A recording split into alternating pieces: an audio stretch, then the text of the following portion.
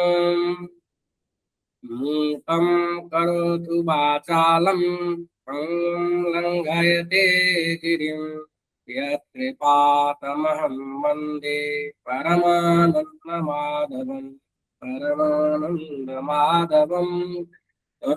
श्री शंकर शिक्षायतन वैदिक शोध संस्थान द्वारा समायोजित 7 दिवसीय राष्ट्रीय पितृ समीक्षा कार्यशाला में आप सभी विद्वजनों का हार्दिक स्वागत और अभिनंदन है। आज इस कार्यशाला का 6ठ दिवस है। आज का विषय है पितरों का वैज्ञानिक स्वरूप। आज हमारे मध्य विराजमान है विशेष विषय विशेषज्ञ के रूप में परमादरणीय प्रोफेसर सरोज कौशल मैडम जी। आप जय नारायण व्यास विश्वविद्यालय जोधपुर के संस्कृत विभाग में पूर्व अध्यक्ष हैं और संस्कृत के महाविदुषी हैं। आप आपके पंडित मधुसूदन ओझा शोधपीठ के निदेशक भी रहे हैं और आपकी इस विद्या में अधिकार है। आज हमारा सौभाग्य है कि आप व्याख्यान के लिए यहाँ उपस्थित हैं। मैं प्रणाम करता हूँ, अभिनंदन और बहुत बहुत स्वागत है।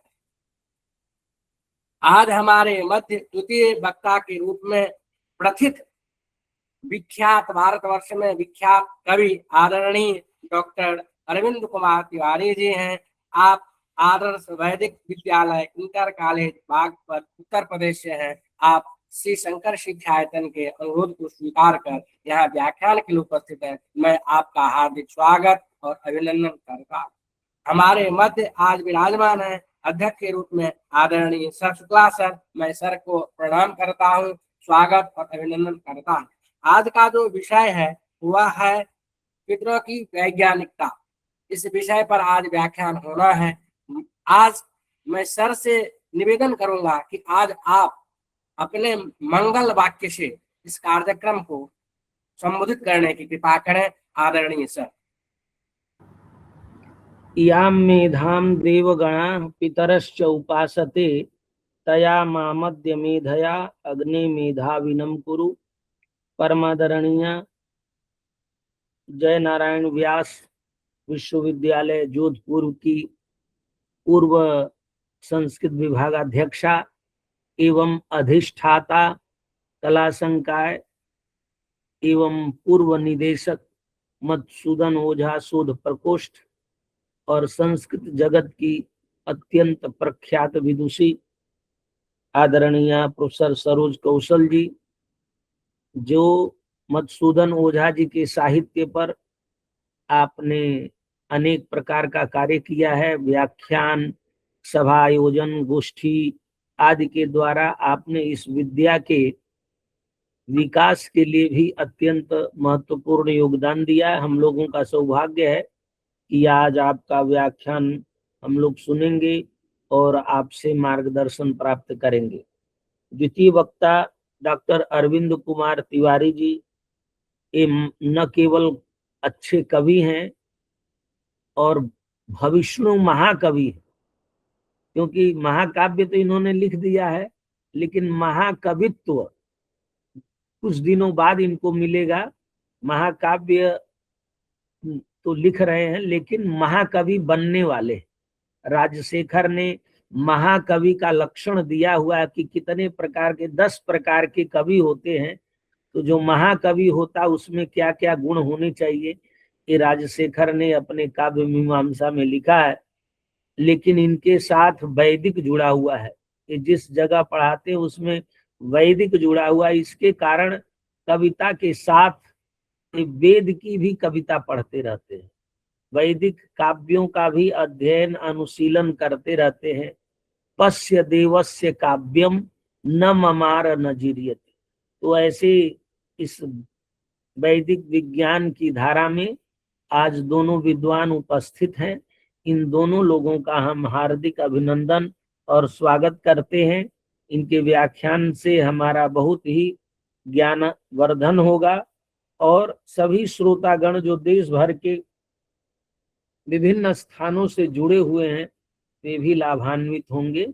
मैं संक्षेप में थोड़ी सी अपनी बात कह करके फिर मैं इस मंच को इन दोनों वक्ताओं के लिए समर्पित कर दूंगा कि पूरा समय, क्योंकि अंत में हमारे लिए समय नहीं बचता है, इसलिए मैं शुरू में ही 10 मिनट अपनी बात कह करके अपनी बात समाप्त करूंगा, जिससे कि ये लोग आगे स्वतंत्र रूप से पूरे समय अच्छी तरह से व्याख्यान कर सकें और न इनको कोई रोक टोक कर सके। कल जो हम लोग चर्चा कर रहे थे कि पितृ देवताओं की, 3 पितृ देवता हैं, पितर देवता 3 हैं, अग्नि, यम और सोम। इन तीनों का कर्मकांडीय महत्व है और उसकी व्यवस्था कर्मकांड में की गई है। लेकिन वैदिक विज्ञान में इसकी रूपरेखा थोड़ी भिन्न है। ओझा जी ने वैदिक विज्ञान के एस्पेक्ट को प्रतिपादित करते हुए कहा कि ते अमी त्रयः अग्नि यम सोमाः देव पितरो भवन्ति। क्योंकि पितर की 3 तरह की कैटेगरी बनाई गई थी, दिव्य पितर, ऋतु पितर और प्रेत पितर। तो दिव्य पितर की व्याख्या करते हुए उन्होंने कहा कि दिव्य पितर के 3 देवता होते हैं और उनका नाम है अग्नि, यम और सोम। तो अग्नि अंगिरा प्रथम ऋषि, तो अग्नि अंगिरा है, क्योंकि इस श्रुति के आधार पर इति श्रुत्या सर्वेषां देवानाम आग्नेयानाम, जितने भी आग्नेय देव हैं वो अंगिरसः एव उत्पन्नत्वात्, वो अंगिरस से ही उत्पन्न है। इसीलिए त्वमग्ने अंगिराः प्रथम ऋषि, ये श्रुति वाक्य के आधार पर सभी आग्नेय देवों की उत्पत्ति अंगिरा से मानी गई है। इसीलिए तत्र अग्नि अंगिरसः तेजन कर्मत्वात्। क्यों ये अंगिरा है? तो कहा अग्नि में अंगिरस के कारण जो तेजन कर्म है, तेजन कर्मत्वात् तेजांसी, इसीलिए अग्नि अंगिरा है। और सोमो भृगवः, और सोम जो है भृगु है। स्नेहन कर्मणो रसाः, अथ न जो तेज है और न जो स्नेह है, क्योंकि जो तेज नहीं है और जो सोम नहीं है, क्योंकि 3 पितर देवता हैं, अग्नि, यम और सोम। अग्नि अंगिरस है तेजन कर्म के कारण, और भृगु सोम है स्नेहन कर्म के कारण, रस के कारण। अथ न तेजो न स्नेह स यमः, जो तेज नहीं है और जो स्नेह नहीं है उसको यम कहते हैं। ये तीनों ते अमी त्रयः पितरः, ये तीनों पितर देवता हैं। इस प्रकार से उन्होंने यह बात कही और कहा कि यम और अग्नि और सोम ये 3 पितर देवता। इसके बाद उन्होंने एक बात और कही। उन्होंने कहा अग्नि सोमी सोमयोः पितृदेवयोः जावालोक्ता स्वरूप निरुक्ति। जावाल ने कहा कि वस्तुतः अग्नि और सोम ही पितृदेव हैं, यम पितृदेव नहीं। इत्थम पितृस्वरूपारंभकत्वेन अग्नि यम सोमानाम त्रैविध्ये प्रतिपाद्यमाने, ये 3 देवताओं का, ये तीनों पितर देवता हैं, ये बताने के बावजूद भी यम, यमस्य अंगिरो विशेषतया, यम वस्तुतः अंगिरा ही है। इसीलिए 2 ही पितर देव बने, वो हैं अग्नि और सोम। द्वा एव अग्नि सोमौ प्रधानतः प्रतिपत्तव्यौ, ये ही दोनों पितर देवता हैं, ये बात समझना चाहिए। ये क्या, ये पूर्व पक्ष कहें या जाबाली का मत कहें, ओझा जी ने उपस्थापित किया कि 3 पितर देवता नहीं है, वस्तुतः 2 ही हैं, क्योंकि सोम तो अंगिरा का ही स्वरूप है, और अग्नि क्या है, तो दक्षिणो यमोग्नि और उत्तरः सोम। इस प्रकार से इनके मत को उद्धृत करने के बाद फिर ओझा जी कहते हैं कि ये जो 3 हैं, अग्नि, सोम और यम, ये जो 3 देवता हैं, ये तीनों देवताओं में से एक एक देवता के स्वरूप पर चर्चा करते हैं। अग्नि के स्वरूप पर चर्चा करते हैं, सोम के स्वरूप पर चर्चा करते हैं, और यम के स्वरूप पर चर्चा करते हैं। कह रहे हैं वसु रुद्र आदित्य भेदात अर्काग्नि त्रैविध्ये वसु भेदा। अर्क, अर्क जो है ये अग्नि का ही मूल है, अग्नि के ही मूल को अर्क कहते हैं, और वह अर्क वसु और रुद्र भेद से उसका 3 अनेक भेद होते हैं। वसु रुद्रादित्या भेदात, वसु रुद्र और आदित्य भेद से अर्क रूपी अग्नि अनेक प्रकार की होती है। उसमें वसु के भेद का निरूपण करते हैं। पहले वसु करेंगे, फिर रुद्र करेंगे, और फिर आदित्य करेंगे। इतनी ही बात कह करके मैं अपनी बात समाप्त कर दूंगा। तो वसु कहे कि ये वसु क्या है, तो कहे तत्र अग्निर्वायुरादित्य इत्यर्कः। अग्नि, वायु, आदित्य का एक नाम अर्क है। तत्र अग्निवायुरादित्य इत्यर्कः। अग्नि, वायु और आदित्य तीनों अग्नि ही है, अग्नि के रूप है, और उसी के रूप को कहते हैं अर्क। अर्क नाम अग्नि, अर्क अग्नि ही है। अग्नि के अनेक भेद किए गए, तो अर्क नामक अग्नि जिसके अंदर अग्नि, वायु और आदित्य आते हैं। तेषु अग्निभेदेषु, इन अग्निभेदों में पृथ्वी लोकायतना अग्नि विशेषा तावद अष्टौ वसवः। ये अग्नि विशेष है। वसु क्या है, अग्नि के ही स्वरूप। ये 8 प्रकार के वसु होते हैं। वो 8 वसुओं के नाम पुराण के आधार पर उन्होंने उद्धृत किया है। ध्रुवो धरश्च सोमश्च आपश्चैवानिलो नलः प्रत्युषश्च प्रभासश्च वसवोष्टौ प्रकृतिता। ये 8 वसुओं को बताया गया है कि 8 प्रकार के वसु होते हैं। अग्निश्च पृथ्वी च, वायुश्च अंतरिक्षम च, आदित्यश्च द्यौश्च, चंद्रमा च नक्षत्राणि च। बृहदारण्यक उपनिषद में इन 8 वसुओं की चर्चा की गई। कौन कौन? अग्निश्च पृथ्वी च, वायुश्च अंतरिक्षम च, आदित्यश्च द्यौश्च, चंद्रमाश्च नक्षत्राणि च, एते वसवः।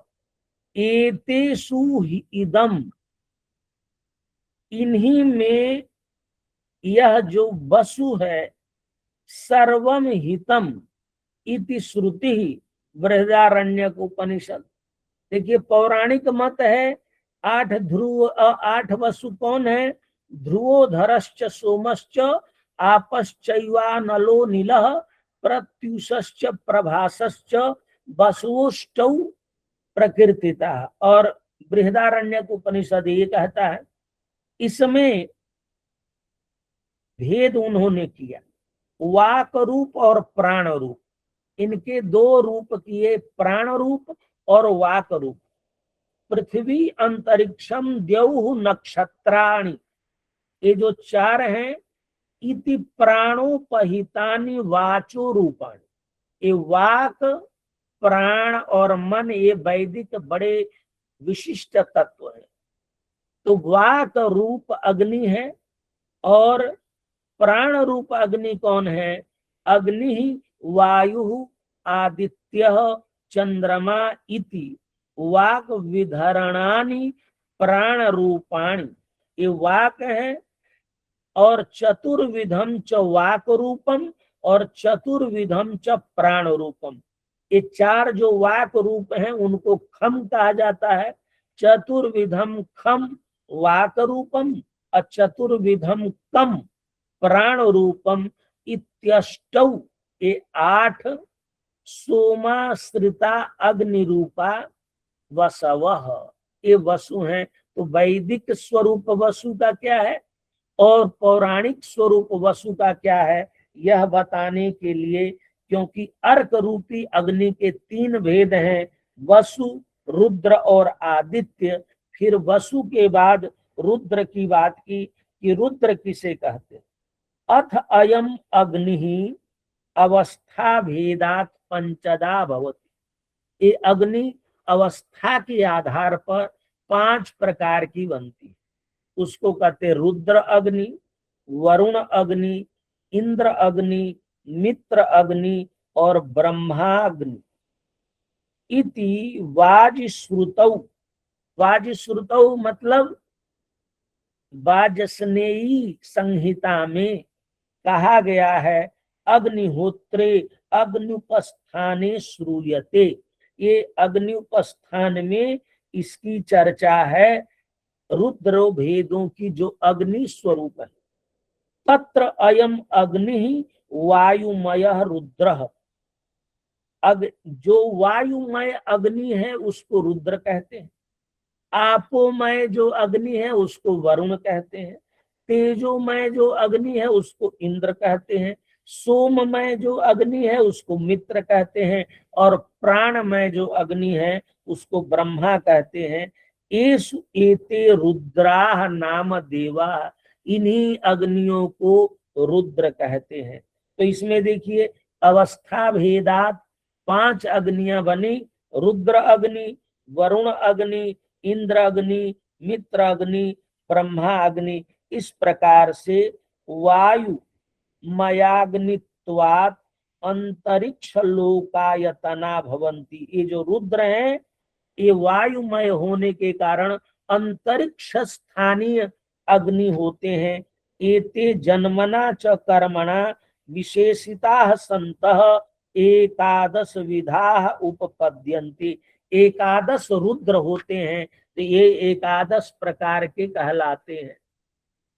इसको, इसकी और व्याख्या ओझा जी ने विस्तार से की हुई है रुद्रों की। और एकादश जो रुद्र हैं उनको ये अग्निमय रूप हैं और ये अंतरिक्ष स्थानी है, ये बताने के बाद तीसरा जो अग्नि का वसु का भेद किया था, वसु रुद्र और आदित्य भेदात अर्क रूपी अग्नि 3 प्रकार की होती है। तो वसु हो गया, रुद्र हो गया, अब आदित्य की चर्चा करते हैं। कहते हैं आदित्य अथ आदित्य भेदात द्वादशादित्य, आदित्य 12 होते, द्वादश आदित्य। कौन द्वादश आदित्य हैं? पुराण कहता है इंद्रो धाता भगः पूषा मित्रोथ वरुणोर यमा, अर्यमा वरुणोर यमा अंश अंशुर विवस्वान त्वष्टा च सविता विष्णुरेव च। ये 11 द्वादश आदित्य। वेद कहता है, वैदिक विज्ञान कहता है कि द्वादश आदित्य क्या है। तो कहा द्वादश आदित्य मतलब द्वादश मास, द्वादश वै मासाः संवत्सरस्, जो वर्ष के 12 मास हैं यही द्वादश आदित्य। संवत्सरस्य द्वादश वै मासाः एते आदित्याः। ये आदित्य क्यों आदित्य है, इसकी निरुक्ति की गई। एते हिदम सर्वम, ये आदित्य का निर्वचन किया। एते ही इदम सर्वम आददाना यन्ति। एते ही इदम सर्वम आददाना यन्ति तस्मात् आदित्याः। माने जगत में ये सबको देते हैं, आददाना, और लेते हैं, लेते और देते हुए जाते हैं, यंति गच्छन्ति, इसीलिए इनको आदित्य कहा जाता है। देते हैं और लेते हैं। ये कैसे लेते हैं, ये कादम्बनी में लिखा हुआ, और देते हैं ये भी लिखा हुआ। आदित्य कैसे, जैसे अभी नवतपा की चर्चा आज इस बार बहुत वर्षों बाद सोशल मीडिया में नवतपा की चर्चा हो रही थी कि ज्येष्ठ मास में 9 दिन ऐसा होना चाहिए। तो आदित्य किसे कहते हैं, द्वादश वै मासाः संवत्सरस्य एति आदित्य। ये जो द्वादश मास है यही आदित्य है, क्योंकि एते ही इदम सर्वम आददाना यन्ति गच्छन्ति तस्मात् आदित्याः इति श्रुति बृहदारण्यक उपनिषद कहती है। अदिति ही द्यौः, अदिति ही अंतरिक्षम, अदितिर्माता स पिता स पुत्रः विश्वे देवा, अदिति ही पंचजना, अदिति ही जातमदिति ही जनित्वम इत्यादि इति अदिति श्रूयते। अदिति से ही आदित्य बना। अदिति परिगृहीता, अदिति परिगृहीता होती है, और वो द्वादश विधा प्राणाः आदित्याः। अदिति परिगृहीता है, और 12 प्रकार के जो प्राण रूप देव हैं वही आदित्य हैं। ये ऋग्वेद में कहा गया है। इस प्रकार से ओझा जी ने पितर देवताओं की जो वैज्ञानिक व्याख्या की है वो बहुत अद्भुत है। इन्हीं शब्दों के साथ मैं अपनी वाणी को विराम देता हूँ। धन्यवाद, आप दोनों यहाँ पर उपस्थित हुए, इसके लिए शंकर शिक्षायतन आपका सदैव कृतज्ञ रहेगा, और इसी प्रकार अपने आगे के उद्बोधनों से हमें उपकृत करेंगे। बहुत बहुत धन्यवाद। बहुत बहुत आभार सर, आपने उद्बोधन कर ही दिया है आदरणीय मैडम के लिए। आदरणीय मैडम से मैं निवेदन करता हूँ अपने व्याख्यान से हमें उपकृत करें। आदरणीय मैडम। चतुर्मुख मुखाम्भोज वनहंस वधूर मम, मानसी रमताम नित्यम सर्व शुक्ला सरस्वती। विद्या की अधिष्ठात्री देवता सरस्वती के चरणों में हम सब प्रणाम करते हैं, और इस श्री शंकर शिक्षायतन के द्वारा प्रवर्तमान पितृ समीक्षा विषयक जो ये कार्यशाला है, इसमें आज मुझे कुछ विशिष्ट विषय दिया गया है, उस पर चर्चा करने के लिए मैं उपस्थित हुई हूँ, और आपने मुझे आमंत्रण दिया, इसके लिए मैं आपका हृदय से धन्यवाद प्रेषित करती हूँ। हमारे मित्र और संस्कृत साहित्य के दर्शन के विद्वान प्रोफेसर संतोष कुमार शुक्ला जी, जो कि श्री शंकर शिक्षायतन के माध्यम से माधुसूदनी विद्या का पूरे देश में प्रचार और प्रसार कर रहे हैं, ऑनलाइन ऑफलाइन दोनों माध्यमों से, और बहुत पुराना संबंध हमारा विद्या के कारण आपके साथ रहा। हमारे विभाग में पंडित मधुसूदन ओझा शोधक प्रकोष्ठ जो है, उसके साथ आपने श्री शंकर शिक्षायतन के साथ मिलकर अनेक गोष्ठियां यहाँ पर संपन्न करवाई हैं। और हमारे मित्र डॉक्टर लक्ष्मीकांत विजय जी, विमल जी।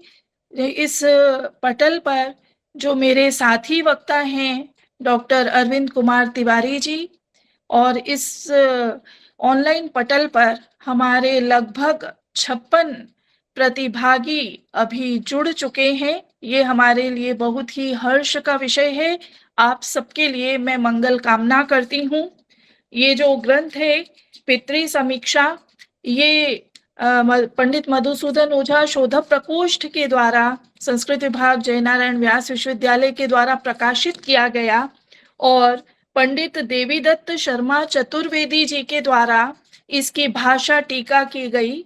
जब इस ग्रंथ को मैंने विशेष रूप से देखा तो ये पाया कि जब पितृ समीक्षा ग्रंथ को प्रारंभ करते हैं उसके पूर्व इस ग्रंथ में गोपाल नारायण बहुरा जी की एक बहुत सुंदर पंडित मधुसूदन ओझा जी के व्यक्तित्व और कृतित्व पर एक बहुत सुंदर निबंध है, जो कि मुझे लगता है कि हम सब प्रतिभागियों को, इस कार्यशाला के जितने भी हमारे छात्र वर्ग है, उनको विशेष रूप से पढ़ना चाहिए। Doctor A.S. रामनाथन के द्वारा अंग्रेजी में लिखा गया एक बहुत विस्तृत निबंध भी इसमें है और डॉक्टर R.T. व्यास के द्वारा जो भूमिका रूप में लिखे गए लगभग 25 पृष्ठ, तो लगभग 100 पृष्ठ तो इसकी भूमिका में दिए गए हैं। प्रोफेसर दयानंद भार्गव, जो कि अब स्मृति शेष हैं, मेरे परम आदरणीय और बहुत विद्वान गुरुजी वो हैं, उनके भी स्मृति को मैं प्रणाम करती हूँ। और ये पितृ समीक्षा जो ग्रंथ है, किस प्रकार से हमारा वैदिक साहित्य विज्ञान के साथ कदम ताल करता है, इसको पढ़कर हमें ये ज्ञात होता है। यहाँ पर जब हम इसको प्रारंभ करते हैं तो मैंने ये पाया कि इन्होंने कहा है कि वेद विज्ञान के अनुसार ब्रह्म का वितान ही ये चराचर जगत है और ब्रह्म का विकास 5 प्रकार से होता है।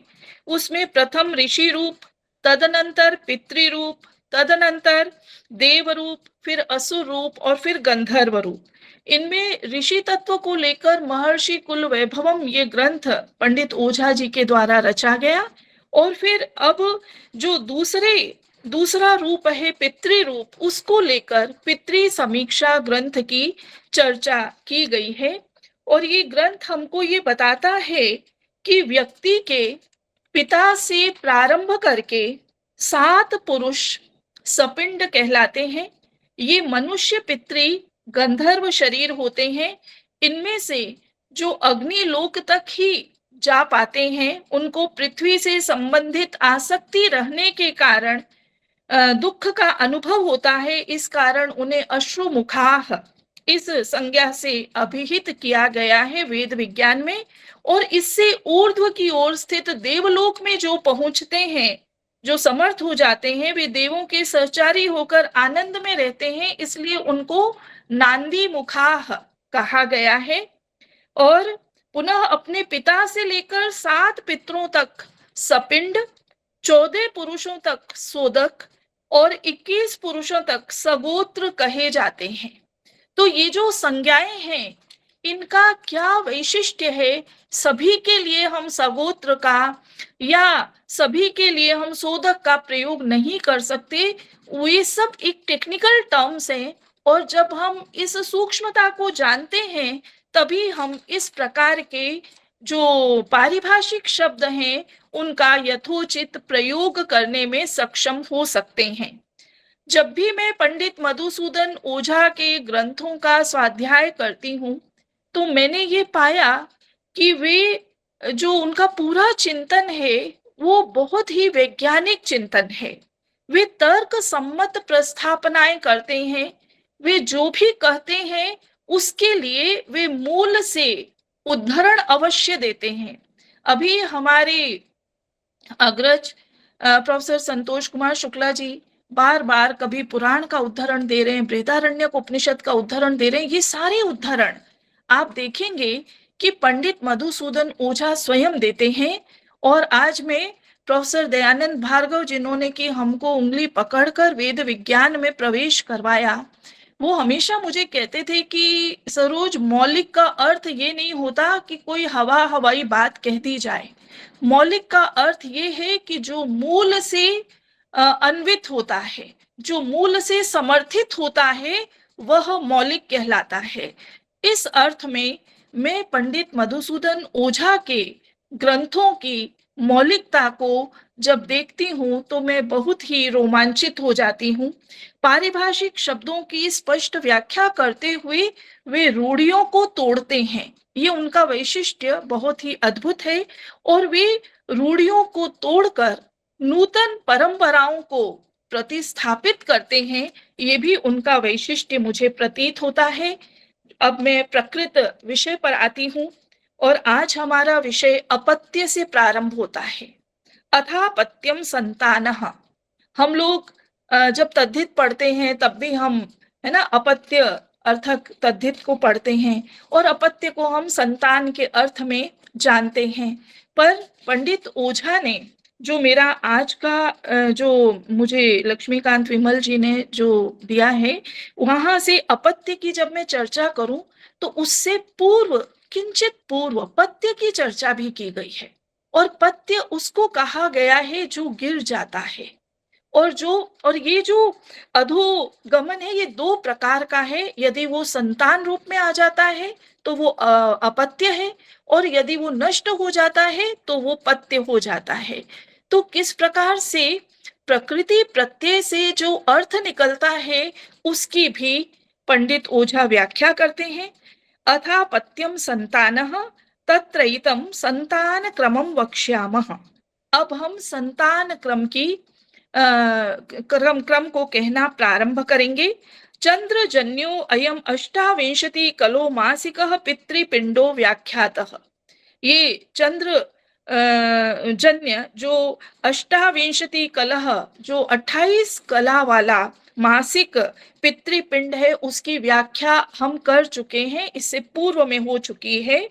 सो अस्रिगग्नौ पितृस्तोमेन यज्ञेन संतानितो भवति सप्त संस्थो अयम ज्योतिष्टोमवत् पितृस्तोमो यज्ञः स जायाग्नौ पितृपिंड रूपो अयम आत्मैव सोमः सूयते स यदिह कृष्णमेव आत्मानम् उप्यात् स स्वयं आत्मना विहीयेत स तमो गच्छेन्न जीवेत असुतस्य तो अजय मानस्य अयम संतानो न स्यात् तस्मात् एषः पितृपिंडो द्वेधा विभज्यते पितरः सूनवश्चेति। ये जो अंश है इसमें पंडित ओझा ये कहते हैं कि चंद्रमा से उत्पन्न जो 28 कला के मासिक पिंड हैं, वो 28 कला का पिंडगत जो तेज है वह शोणित में अग्नि में पहुंचकर पितृस्तोम यज्ञ के द्वारा संतान रूप से विस्तार को प्राप्त होता है। और यहाँ पर जब स्तोम की बात आती है तो वे स्तोम की भी बहुत सुंदर व्याख्या करते हैं, क्योंकि अभी तक हम लोग ऐसा देखते रहते हैं कि हम प्रयोग कर देते हैं स्तोम का, लेकिन वस्तुतः स्तोम का किस रूप में प्रयोग किया जाता है और इसके पीछे क्या वैज्ञानिक अवधारणा है, इसकी चर्चा करते वो कहते हैं कि केंद्र से आरंभ करके साम के अंतिम पृष्ठ पर्यंत जो 33 देवता रूप भाग किए जाते हैं उसको ही अहह पद से अभिहित किया जाता है।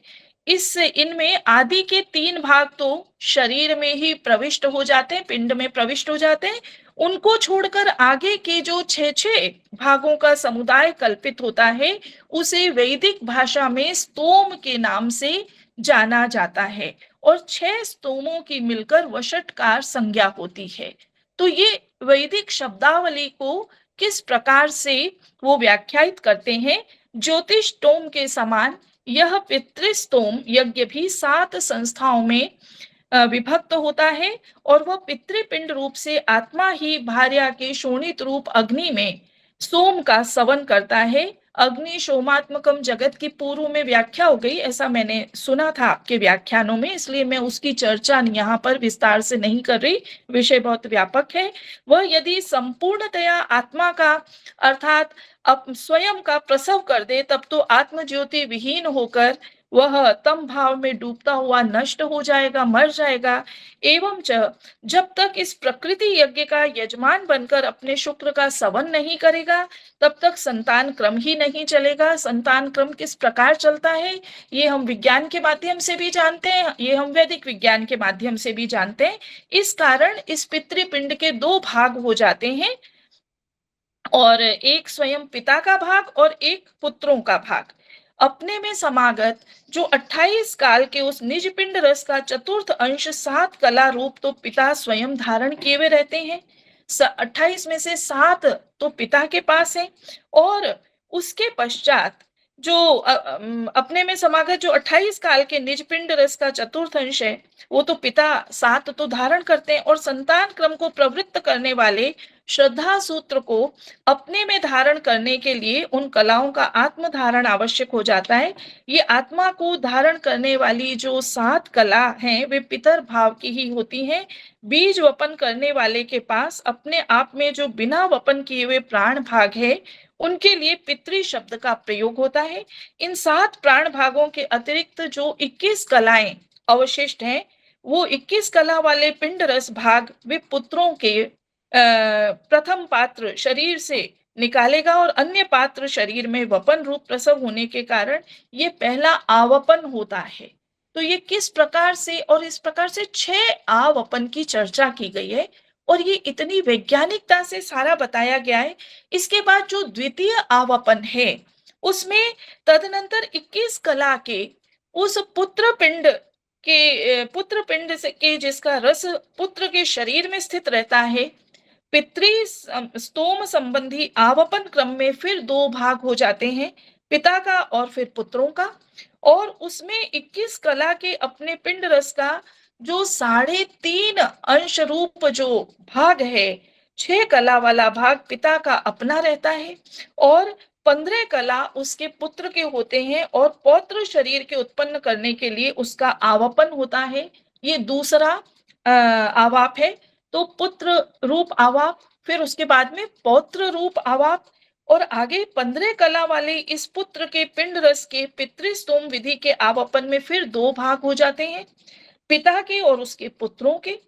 5 कला रूप तृतीय अंश पिता का, शेष 10 कला रूप जो पुत्रों की प्रपौत्र के शरीर निर्माण के लिए उसका उपयोग होता है, ये तीसरा आवपन है। तो पिता, फिर पुत्र, पुत्र के बाद प्रपौत्र, आगे फिर पुनः ये जो श्रृंखला है, इसमें किस प्रकार से कलाओं के भाग आगे आगे जाते हुए कम होते जाते हैं। पुत्र में सबसे अधिक कलाएं, पौत्र में फिर उससे थोड़ी कम, प्रपौत्र में उससे कम। आगे पुनः पुत्रार्थ आवपन क्रम में उस 10 कला वाले पिंड रस के 2 भाग हो जाते हैं, जिसमें 2.5 अंश रूप 4 कला पिता में रहती है, शेष 6 कला उसके पुत्रों में जाती है। वे वृद्ध प्रपौत्र के शरीर के निर्मापक होती हैं। यह चतुर्थ आवपन होता है। तदनंतर वृद्ध प्रपौत्र की 6 कलाओं के भी 2 भाग होते हैं। द्वितीयांश रूप 3 कला युक्त पिता होता है, शेष 3 कला अतिवृद्ध प्रपौत्र के शरीर का निर्माण करने वाली तत्पुत्र संबद्ध होती हैं। ये पंचम आवपन है। सर्वांत में 3 कला के पुत्रांश के भी 2 भाग होते हैं। आधे अंश के भीतर 2 कला वाला पिता रहता है, 1 कला का शेष अंश पुत्र का होता है। ये अंश वृद्ध से भी अतिवृद्ध प्रपौत्र के शरीर निर्माणार्थ होता है, और ये छठा आवपन है। तो ये जो 6 आवपन की विधि बताई, और कितना कितना जो कला भाग है वो पिता में रहेगा, जो कि उसका आधान कर रहा है, और कितना पुत्र में, पौत्र में, प्रपौत्र में, वृद्ध प्रपौत्र में। तो ये सारा पूरा एक श्रृंखला है, जो हम कहते हैं कि 7 पुत्रों तक या 7 पितरों तक जो परंपरा हमारी चलती है। फिर ये आपको एक जिज्ञासा हो सकती है कि ये यहाँ तक ही क्यों खत्म किया गया। तो कहते हैं कि आगे, क्योंकि एक कला वाले उस पुत्र कलांश के 2 भाग नहीं हो सकते। जिसके पास कोई एक ही पदार्थ है, तो वो एक में से एक ही दे देगा, तो उसका अस्तित्व तो ही अवशिष्ट नहीं रहेगा। सर्वथा अपने जीवन का उच्छेद करने के लिए आवपन रूप प्रयत्न नहीं किया जा सकता है। ये इसका तर्क, लॉजिक बताया गया। इस प्रकार वह एक कला पितृभाग रूप में ही निकल जाती है। आगे पुत्र भाव में कोई कलांश प्रवृत्त नहीं हो पाता, क्योंकि सवन कोरने योग्य सह का, जिस सह को पहले पिंड का रस कहा जा चुका है, अवसान हो जाता है। अतः पुनः सवनात्मक यज्ञ नहीं किया जा सकता। इस प्रकार इस सप्तम आवपन में पहुंचकर उस पिंड का संतान भाव समाप्त हो जाता है। तो यहाँ पर यदि आप ग्रंथ पर दृष्टिपात करेंगे तो पूरी एक सारिणी बनाई गई है, और उस सारिणी में इसको बहुत सुंदर रीति से स्पष्ट किया गया है। इसके पश्चात पंडित ओझा ये आवपन विधि बताकर, और उसके पश्चात वो एक बहुत सुंदर कथन करते हैं, और वो कथन है ऋणत्रय का। और ये ऋणत्रय किस प्रकार उपयोगी होता है, इसकी क्या उपपत्ति है, ये हमारे लिए बहुत ही महत्वपूर्ण है। जिस प्रकार से ऋणत्रय की व्याख्या पितृ समीक्षा में की गई है, वैसी व्याख्या अभी तक मैंने अन्य किसी ग्रंथ में नहीं पढ़ी है। तो यहाँ पर कहा गया है कि प्रथम पुत्र उत्पन्न करके संतान क्रम का जो संचालक पिता में रहने वाला अपना निजी बीज रूप पिंड होता है, वह पितृ परंपरा के क्रम से समागत पितरों से संबद्ध आवपन रूप पिंड होता है, और उत्पत्ति के लिए दिए गए आवाप पिंड से ही ये जीवात्मा जन्म लाभ करता है। जन्म ग्रहण के अनंतर 16 वर्ष के बाद अपने उत्पादक पिंड रस के अतिरिक्त वह अपनी निजी बीज भाव के पिंड रस को प्राप्त करता है। वह यदि पितरों से संबद्ध आवपन योग्य अपने पिंड रस भाग को प्राप्त न कर सके तो उसका जन्म नहीं हो सकता, तथा बीज पिंड को भी वह नहीं पा सकता। अतएव पितरों के अंश को प्राप्त करके जन्म ग्रहण करने वाला पुरुष पितरों का ऋणी हो जाता है। और जब हम पितृ ऋण की बात करते हैं तो मुझे यही प्रतीत होता है कि इसकी वैदिक विज्ञान में इतनी सुंदर और स्पष्ट व्याख्या की गई है। जैसा कि पंडित ओझा यहाँ पर वेद वचन को, तैत्तिरीय संहिता को उद्धृत करते हैं, और ये उनका बहुत बड़ा अवदान है कि वो अपने मत के समर्थन में हमेशा मूल ग्रंथों को उद्धृत करते रहते हैं। एषः वै जायमानस् त्रिभिः ऋणवान् जायते, ब्रह्मचर्येण ऋषिभ्यो यज्ञेन देवेभ्यः प्रजया पितृभ्यः, एषः वा अनृणो यः पुत्री यज्वा ब्रह्मचारी च इति। ये यहाँ पर तैत्तिरीय संहिता 6:3-10:5 को उद्धृत किया गया है कि यह किस प्रकार से 3 ऋणों से युक्त हो जाता है, और उन 3 ऋणों को वो किस प्रकार से 3 ऋणों से अनऋण हो, इसका भी बहुत सुंदर रीति से यहाँ पर कथन किया गया है। और ये कहते हैं कि ये जो 3 ऋण हैं, इन 3 ऋणों से ऋणी होकर ही व्यक्ति जन्म लेता है, और ब्रह्मचर्य के द्वारा वो ऋषि ऋण से अनऋण होता है, और यज्ञ से देवताओं का तथा प्रजा रूप संतान क्रम से पितरों के ऋण का प्रत्यर्पण कर सकता है। पुत्रवान हो, यज्ञ करने वाले हो जाओ तुम, और ब्रह्मचर्य का पालन करते हुए वेदाध्ययनशील हो, यही अनऋणी अर्थात ऋण को चुकाने की विधि हमारे यहाँ पर तैत्तिरीय संहिता में बताई गई है। तो इस प्रकार पुरुष का ये महान जो आत्मा है, ये 84 कलाओं से संपन्न होता है, ऐसा पितृ समीक्षा में कहा गया है। इनमें से 56 कलाएं तो पितरों की होती हैं, और 28 कलाएं वो अपनी प्राप्त कर लेता है। ये विभाजन किया गया है, जैसा कि स्मृति भी कहती है कि वृद्ध प्रपितामह अपनी आदि 4 पूर्व पितर लेप मात्र के ग्राही होते हैं, और पिता, पितामह, प्रपितामह ये 3 पितर पिंड के भागी होते हैं। तो पिंड और लेह ये 2 यहाँ पर टेक्निकल टर्मिनोलॉजी है, और सप्तम संतान तक पिंडदान का अधिकार होता है। अतः 7 पीढ़ी पर्यंत सापिंड्य भाव माना जाता है। जब भी कर्मकांड करवाया जाता है तो वहां पर अनेक प्रकार के जो श्रद्धावान नहीं होते संशय करते हैं, परंतु यह वैज्ञानिक उपक्रम है, ऐसा पितृ समीक्षा में हमको ज्ञात होता है।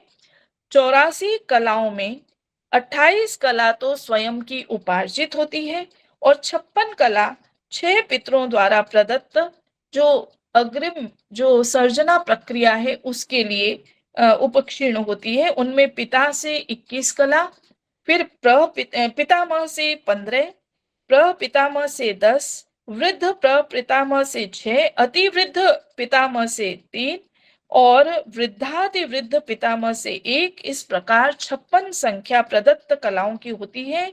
इन कलाओं में पिता, पितामह, प्रपितामह की जो 21, 15 और 10 कलाएं हैं, उन तीनों में पदार्थ की अधिकता के कारण पिंड शब्द का प्रयोग होता है। पिंड उनको क्यों कहा गया है? पदार्थाधिक्य के कारण। और आगे जब अल्पता हो जाती है, 6 हो गया, 3 हो गया, 1 हो गया, तो वहां पर पिंड शब्द का प्रयोग नहीं किया जाता, अपितु लेप शब्द का प्रयोग किया जाता है। प्रत्येक पुरुष में ये जो 84 कलाएं हैं, ये नियत रूप से रहती हैं, ऐसा पितृ समीक्षा में स्पष्ट किया गया है। क्योंकि इस संसार स्थिति में एक एक के क्रम से सारे ही पुरुष या तो किसी के पुत्र हैं या किसी के पिता हैं। तो पुत्र तथा किसी न किसी के पिता हैं या वृद्धाति वृद्ध पौत्र भी हैं। ये एक पूरी जो परंपरा है ये चलती है वहां पर। इस प्रकार यह एक एक जो महान पुरुष है वो 84 कला संपन्न होता है, यह हम स्वीकार करते हैं शास्त्र प्रमाण के द्वारा। आगम प्रमाण है इसमें। प्रत्येक व्यक्ति में निहित 84 संख्या में सीमित सोम रसों के वर्गीकरण को भी यहाँ पर तालिका के द्वारा समझाया भी गया है। और 28 कला रूप निज की जो पिंड संपत्ति है, उसमें 6 पुरुष संबंधी पितृपिंड रसों का आवापन होता है। वह पुरुष ही जीवन यात्रा का निर्वाहक होता है। इस प्रकार प्रत्येक पुरुष का यह पितृ ऋण हो जाता है, अर्थात 56 कला जो है वो ऋण रूप में प्राप्त होती है। तो हम लोग जब भी कभी भारतीय संस्कृति के अंतर्गत पितृ ऋण की चर्चा करते हैं, तो वहां पर हम इस प्रकार का जो एक वैज्ञानिकता है उसकी कभी चर्चा हमने प्राप्त नहीं की है। हम यही मानते हैं कि पितृ ऋण वही है कि आप सुयोग्य संतति को जन्म देकर उसको एक सुयोग्य नागरिक बनाकर समाज को या राष्ट्र को आप उसे प्रस्तुत करते हैं, अर्पित कर देते हैं। यह पितृ ऋण से अनऋण होने का उपक्रम है। परंतु जब हम वेद विज्ञान को पढ़ते हैं, हम पंडित ओझा जी की पितृ समीक्षा पर दृष्टिपात करते हैं, तब हम ये जानते हैं कि ये कितनी कलाओं का जो ऋण है ये प्रत्येक व्यक्ति के ऊपर है। और उन कलाओं के ऋण से अनऋण होने के लिए ही वो अपने आजीवन उपक्रम करता है, प्रयास करता है, और यदि नहीं करता तो करना चाहिए। और ये जो ऋण प्रक्रिया है, ये किस प्रकार से हमको श्रद्धावान बनाती है। हम लोग ये नहीं सोच सकते कि हमारी जो एंटिटी है, हमारी जो सत्ता है, ये हम अपने आप से ही सब कुछ कर रहे हैं। इतना अहंकार जो वर्तमान में हो रहा है, अभी जो युद्ध हो रहा है उसमें जो सबसे शक्तिशाली स्वयं को मानते हैं उनके राष्ट्राध्यक्ष का अहंकार हम देख रहे हैं। और यदि इस प्रकार के ज्ञान को प्राप्त करे मनुष्य कि मेरा क्या है, मेरे पितृ परंपरा से मुझे कितना मिला है, उसके बल पर आज मैं अपने अस्तित्व का लाभ कर रहा हूँ, ये वस्तुतः अवधेय है इस पूरे प्रकरण में कि किस प्रकार से हमको अपने पितरों से कलाएं मिल रही हैं।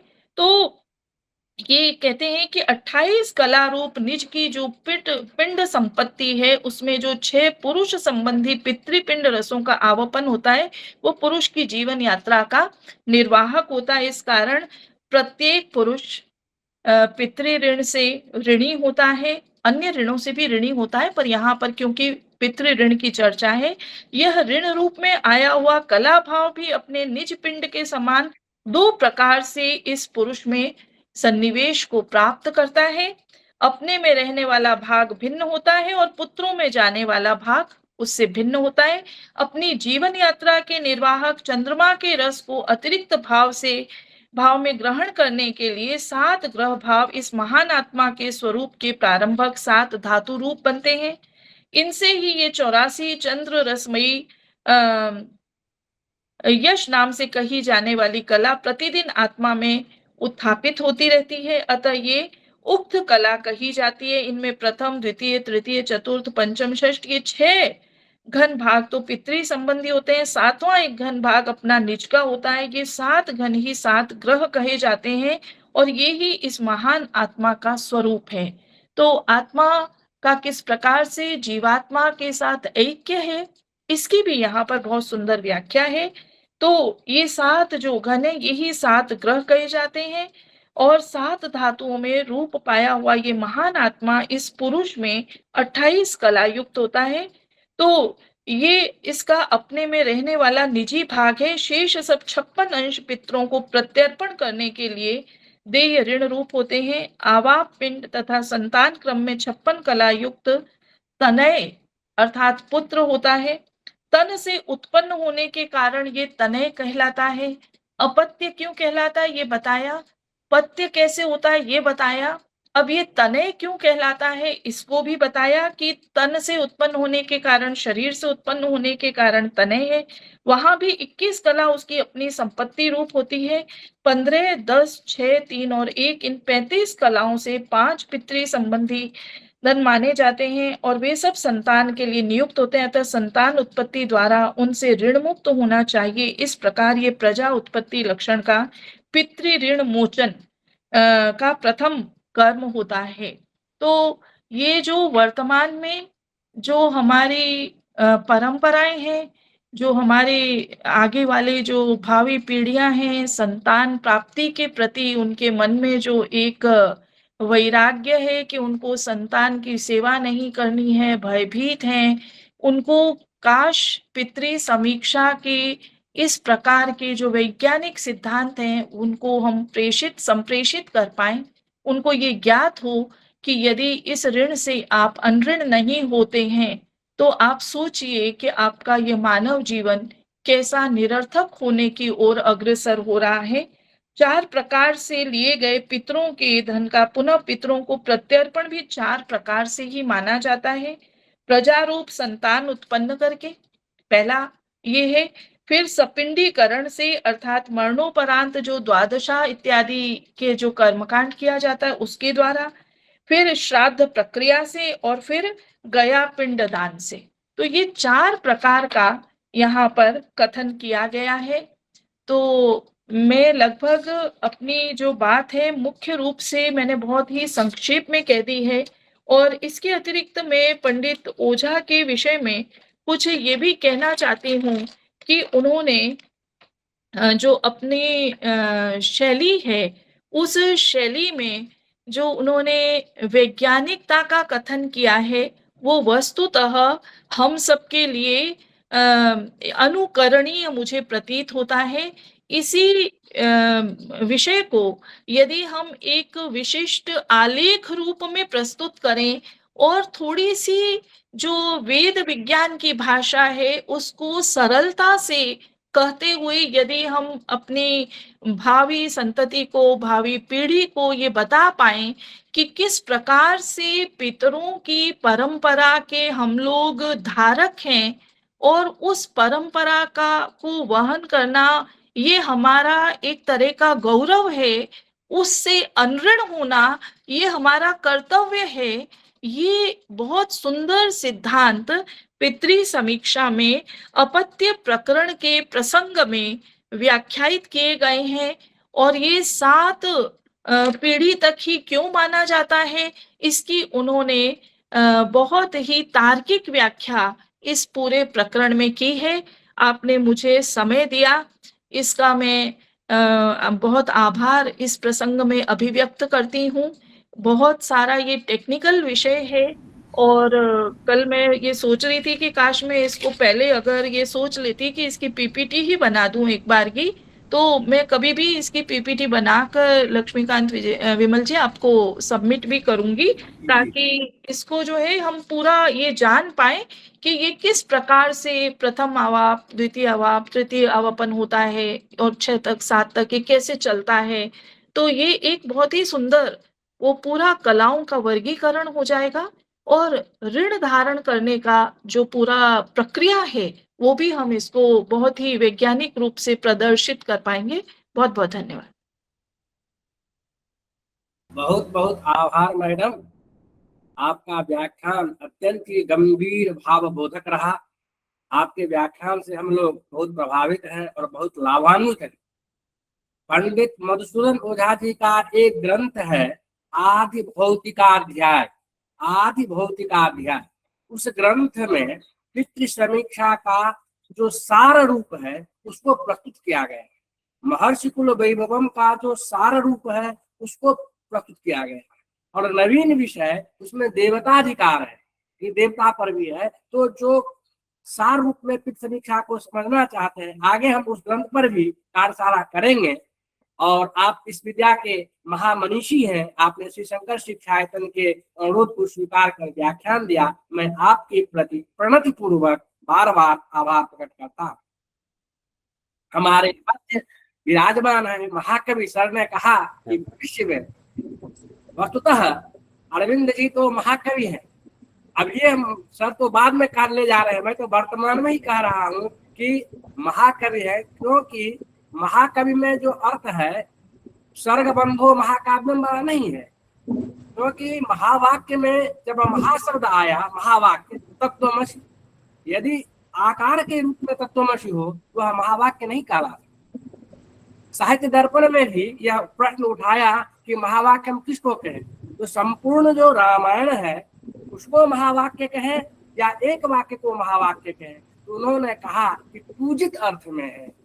यह जो महाकवि है सो पूजित अर्थ में है, इसीलिए अरविंद जी पूजित हैं, इसीलिए महाकवि हैं। मैं आदरणीय तिवारी से निवेदन करता हूँ कि अपने व्याख्यान से कार्यशाला को संबोधित करने की कृपा करें। ओम यां मेधां देवगणः पितरश्चोपासते तया मामद्यमेधयाग्नि मेधाविनं कुरु। विना वेदं विना गीतां विना रामायणीं कथां विना कविं कालिदासं भारतं भारतं नहीं।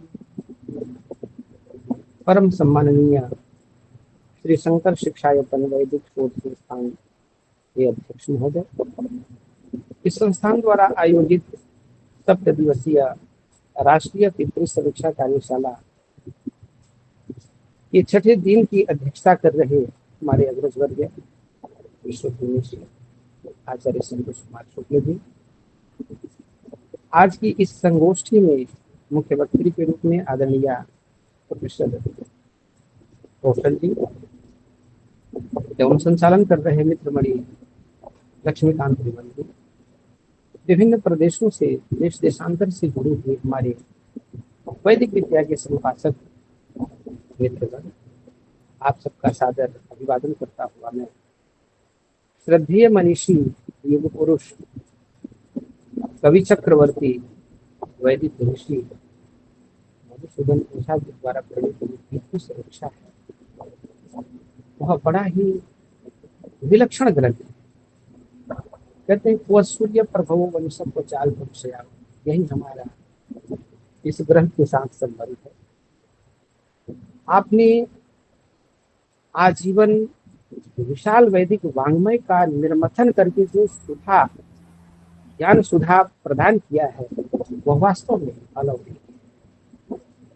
आदरणीय विमल जी के द्वारा जब यहाँ विषय पितृ विज्ञान भेजा गया, मैं तब से इसको देख रहा हूँ। जैसे एक व्यक्ति समुद्र की लंबाई को नापने के लिए एक सूत्र लेता है, यहाँ से वहां जाता है, वहां से वहां जाता है, तो मेरी यात्रा ही चलती रही। मैं कितना इसका मापन कर पाया हूँ आज के वक्तव्य से स्पष्ट होगा। सर, लेकिन इतना अवश्य सर विमल जी, इतना अवश्य में प्रणाम, इतना कर दीजिए आवाज, थोड़ा आवाज को उच्च कर दी स्पष्ट करने के लिए।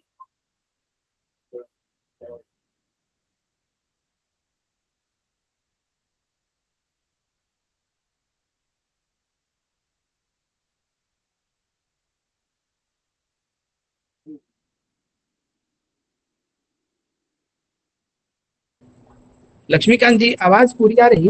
अब थोड़ा तेज करके करेंगे तो स्पष्ट रिकॉर्डिंग हो रहा है सर, इसीलिए थोड़ा एक ऊंचा कर दीजिए। अच्छा।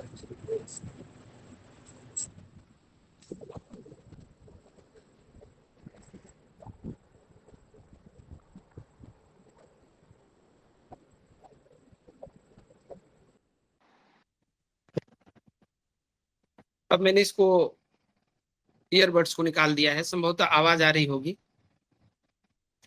क्षमा करें। हाँ जी जी।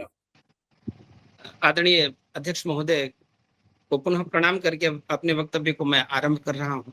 जैसा कि हमने कहा, यह ग्रंथ इतना विशाल है, इसके सार तत्वों को समझना बड़ा कठिन है। फिर भी हमने अपनी बुद्धि से, गुरुजनों के आशीर्वचन से जो कुछ समझा है आपके सामने मैं उपस्थापित कर रहा हूं। पिछले अनेक मनीषी वक्ताओं के वक्तव्य और आदरणीय सुरेश जी के एक शास्त्रीय टिप्पणी से भी मैं बड़ा प्रभावित हुआ हूं। रित और सत्य जैसे शब्दों का कितना सुंदर व्याख्यान, और अपने अपने विषयों के पारंगत मनुष्यों के द्वारा जो शब्द की जो वर्षा हुई है, उसने वास्तव में हमारे एक छोटे से तालाब रूपी केंद्रित परिमित स्थान को समुद्र का रूप देने का कार्य किया है। एतदर्थ श्री शंकर शिक्षायतन वैदिक शोध संस्थान अभिनंदन का विशेष अधिकारी भी। सबसे पहले आचार्य मधुसूदन ओझा जी के द्वारा यह जो पितृ समीक्षा नामक ग्रंथ लिखकर उन नास्तिकों के मत का एक तरह से विशेष रूप से खंडन मधुर रास्ते से किया गया है, जो चार्वाक आदि मानते ही नहीं है कि हमारा पुनर्जन्म इत्यादि होता है। आचार्य ने उनका खंडन नहीं किया, लेकिन अपने विषय के मंडन से अपने आप उनका खंडन आपने कर दिया है। और सबसे पहली बात है कि आचार्य मधुसूदन ओझा जी के ग्रंथों से समाज हमारा धीरे धीरे परिचित हो रहा है। हमें वास्तव में आश्चर्य होता है, क्योंकि जब हम पठन पाठन में इसको अब पा रहे हैं, अब आपकी कृपा से, दरअसल हम तो कहेंगे कि आपकी महती कृपा है कि आपने हम लोगों को पढ़ा दिया, इस ग्रंथ के विषय में परिचय करा दिया। तो वास्तव में आप ही धन्यवाद के अधिकारी भी हैं। सबसे पहले बात ये होती है कि वास्तव में क्या यह जो हम चर्चा कर रहे हैं, पितर नाम का कोई पदार्थ भी है या प्राण शक्ति संपन्न ऐसी सृष्टि भी है? तो हमारा, जैसा कि आरंभ में हमने आचार्य वासुदेव द्विवेदी शास्त्री जी का जो विना वेदम भारतम भारतम नहीं की चर्चा की, आचार्य मधुसूदन ओझा जी अपने समस्त विषय बिंदुओं को वैदिक आधार मानकर ही आगे चलते हैं। तो हमारे पितरों की सत्ता है, इस पर थोड़ी सी बात मैं रखकर आज के निर्धारित विषय बिंदु पर मैं आगे चलूंगा। सबसे पहले हमारे आचार्यों ने गत व्याख्यानों में जो वैदिक पितृ सूक्त का उल्लेख करके यह सिद्ध किया कि वेदों से ही हमारा वेदात सर्वम प्रसिद्ध्यति, इस उद्घोष को भी सिद्ध किया है, जहां कहा गया है पितृ सूक्त में उदीरताम उदीरताम अवरह अपरास उन्मध्यमः पितरः। यहाँ से हमारी पितरों की सत्ता का एक प्रमाण मिलना शुरू होता है। और बहुत सुंदर श्रीमद् भगवद गीता में जब अर्जुन को व्यामोह होता है, तो अर्जुन कहते हैं कि इस महाभारत के परिणाम स्वरूप कहीं वर्ण संकर का उदय न हो जाए, और वर्ण संकर से बड़ा नुकसान होगा। और क्या होगा? संकरो नरकाय कुलघ्नानाम कुलस्य च पतन्ति पितरो येषाम लुप्त पिंडोदक क्रियाः। यहाँ हमारे पितरों की सत्ता का एक प्रामाणिक यह भी रूप दिखाई देता है कि संकर, वर्ण संकर की उत्पत्ति के कारण हमारे पितरों का जो पिंडदान होगा वो उन्हें प्राप्त नहीं होगा, क्योंकि पिंडदान और तर्पण आदि करने का अधिकारी तो वंशज होता है। तो ऐसे में तो बड़ा नुकसान होगा। तो यह दूसरी सत्ता हमारे यहाँ पितरों की दिखाई देती है। और इसी के फलस्वरूप भगवान को कहना पड़ता है 10वें अध्याय में, क्या कहते हैं? महर्षयः सप्त पूर्वे चत्वारो मनवस्तथा मदभावा मानसा जाता येषाम लोका इमा प्रजा। उन्हें स्पष्ट करना पड़ता है कि मेरे ही द्वारा ये मानस उत्पन्न ये चारों मनो और 7 महर्षि हैं, जिनसे यह संपूर्ण सृष्टि उत्पन्न हुई है। साथ ही साथ भगवान स्पष्ट भी करते हैं, क्योंकि यह शंका जो पहले अध्याय में अर्जुन को हुई है तो कहते हैं कि पितृणाम अर्यमाश्चास्मि, मैं पितरों में अर्यमा हूं। अर्यमा ही संपूर्ण पितरों के अधिपति हैं, वे ही संपूर्ण पितरों को जो प्रदान किया जाता है वंशजों के द्वारा वह उसको प्राप्त कराते हैं। हमने मनुस्मृति के कुछ अंशों से भी देखा जहां यह स्पष्ट होता है, मनोर हैरण्य गर्भस्य ये मरीच्यादयः सुताः तेषां ऋषीणां सर्वेषां पुत्राः पितृगणाः स्मृताः। हिरण्यगर्भ मनु के ही वंश से उत्पन्न जो मरीच आदि जो उनके पुत्र हैं, उन्हीं ऋषियों से इस संपूर्ण संसार की सृष्टि हुई है और हमारे पितृगण भी समुत्पन्न हैं। ऋषयः पितरो जाताः पितृभ्यो देवमानवाः देवेभ्यस्तु जगत सर्वम चरम स्थानवाद्यानुपूर्वशः। यह हमारा क्रम है। इस प्रकार से हमने यहाँ तक सिद्ध किया पर्वतो बहनिमान धूमात के समान कि हमारे पितरों की सत्ता है। हमारे शास्त्रीय वचनों से यह प्रमाणित होता है। यह एक चारवाकों के द्वारा निंदित होने के कारण कभी भी यह नहीं हो सकता, उपादेय है। अब हमारा यह उपक्रम आगे चलता है। हम वेदांत आदि उपनिषद आदि ग्रंथों में भी कहते हैं कि कर्मणा पितृलोकम, कर्म के द्वारा पितृलोक को व्यक्ति प्राप्त करता है। और यहां से हमारा श्रद्धेय ओझा जी की पितृ समीक्षा ग्रंथ का जो दिव्य ज्ञान हम तक पहुंचाया जा रहा है उसको हम आगे करते हैं।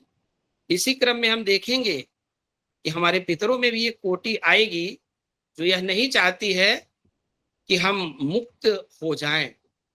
भागवत में कहा ना, और मदन मोहन मालवीय जी की द्वारा स्थापित जो विश्वविद्यालय वहां की आई कार्ड पे होता है, न तो हम कामये राज्यम न स्वर्गम न पुनर्भवम कामये दुख तप्तानाम प्राणिनाम आरती नाशनम। तो कुछ पितर ऐसे भी होते हैं जो मुक्ति नहीं चाहते, सदैव प्राणियों के दुख को दूर करने में ही अपना संपूर्ण जीवन व्यतीत करते हैं।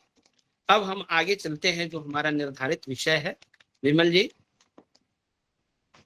आचार्य मधुसूदन ओझा जी द्वारा जो प्रणीत पितृ समीक्षा नामक ग्रंथ है, मेरे लिए निर्धारित जो अंश है यहां से प्रारंभ होता है।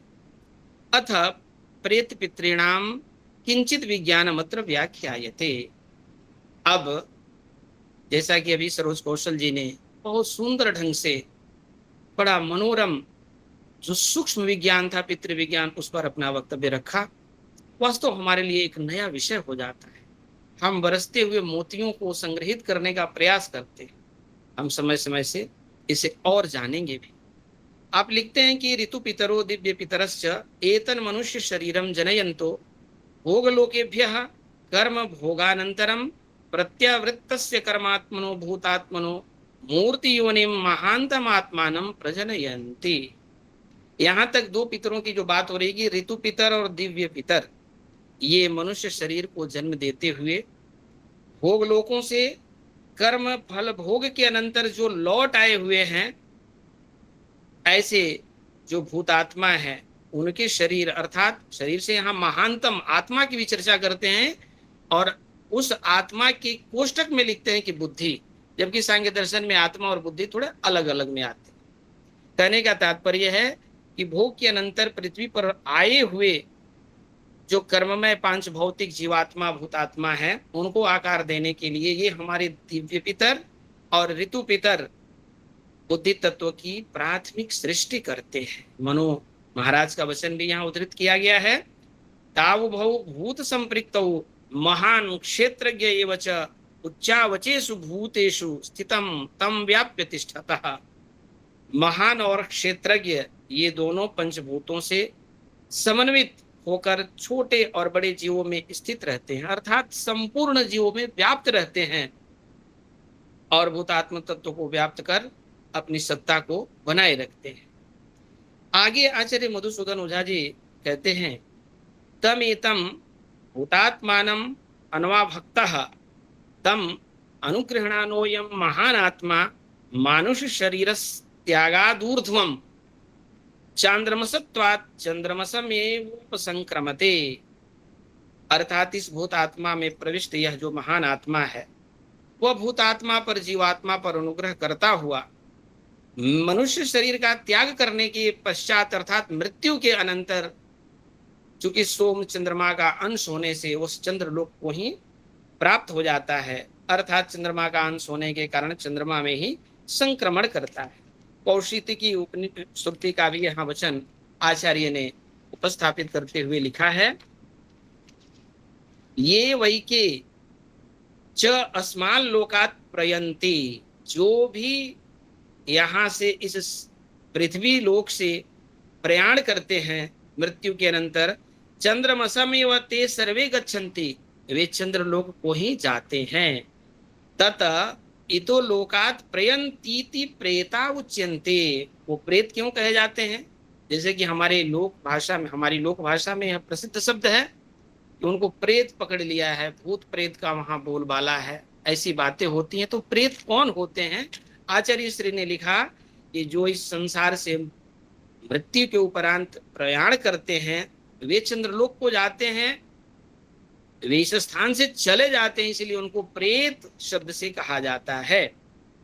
तेज शरीर त्याग कालिक चंद्र स्थिति मनूर्ध्वम ऊर्ध्वम चर्तुना सोतिवाहिनो भवंती, वे यहाँ से मृत्यु लोक से चंद्रलोक में जाने के बाद क्रमशः ऊर्ध्व गति को प्राप्त होते रहते हैं और ऋतु के अनुसार वो अपना स्थान भी प्राप्त करते हैं। जैसे यस्मिन वारितौ पुरुषः प्रमीयते, जिस ऋतु में जिस पुरुष का प्रयाण होता है वही ऋतु उसका आवास भी बन जाता है, ऐसा भावार्थ है। यस्मिन वारितौ पुरुषः प्रमीयते सोस्याम अमुष्मिन लोके भवति, यदि वसंत ऋतौ प्रमीयते, यदि वसंत ऋतु में वह प्रयाण करता है वसंतो भवति, वसंत में ही वह समाहित होता है। यदि ग्रीष्म ऋतु में वह प्रयाण करता है तो ग्रीष्म ऋतु में ही वह अपना वास स्थान प्राप्त करता है। यह तैत्तिरीय ब्राह्मण का वाक्य है। यहाँ से आचार्य श्री ने हमारे दिव्य पितर या ऋतु पितर उनका समन्वित वर्गीकरण करते हुए लिखा, सपिंडत्वेन प्रतिपन्नाः सप्तविधाः मनुष्य पितरो गंधर्व शरीराः प्रेत पितरो नाम। आपने जैसे आज आदरणीय सरोज कौशल जी ने भी बताया कि हमारे जो सप्त पीढ़ी तक आने वाले जो पितर हैं वे गंधर्व शरीरधारी होते हैं। उसी बात को आचार्य मधुसूदन जी ने यहाँ ओझा जी के वचनों में हम सब देखते हैं। इस सपिंड समन्वित ये जो 7 प्रकार के मनुष्य पितर हैं गंधर्व शरीर वाले होते हैं, यही प्रेत पितर के नाम से भी जाने जाते हैं। ते द्विविधाः, वे 2 प्रकार के होते हैं, पिंडभाजो वराह अश्रुमुखा।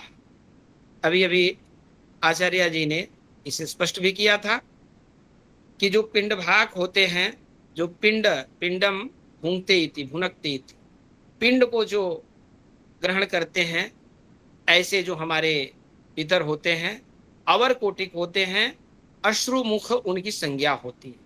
चूंकि इस पृथ्वी से उनका मोह व्यामोह अभी भंग नहीं हुआ रहता है, इसलिए अश्रुमुखा उन्हें कहा जाता है।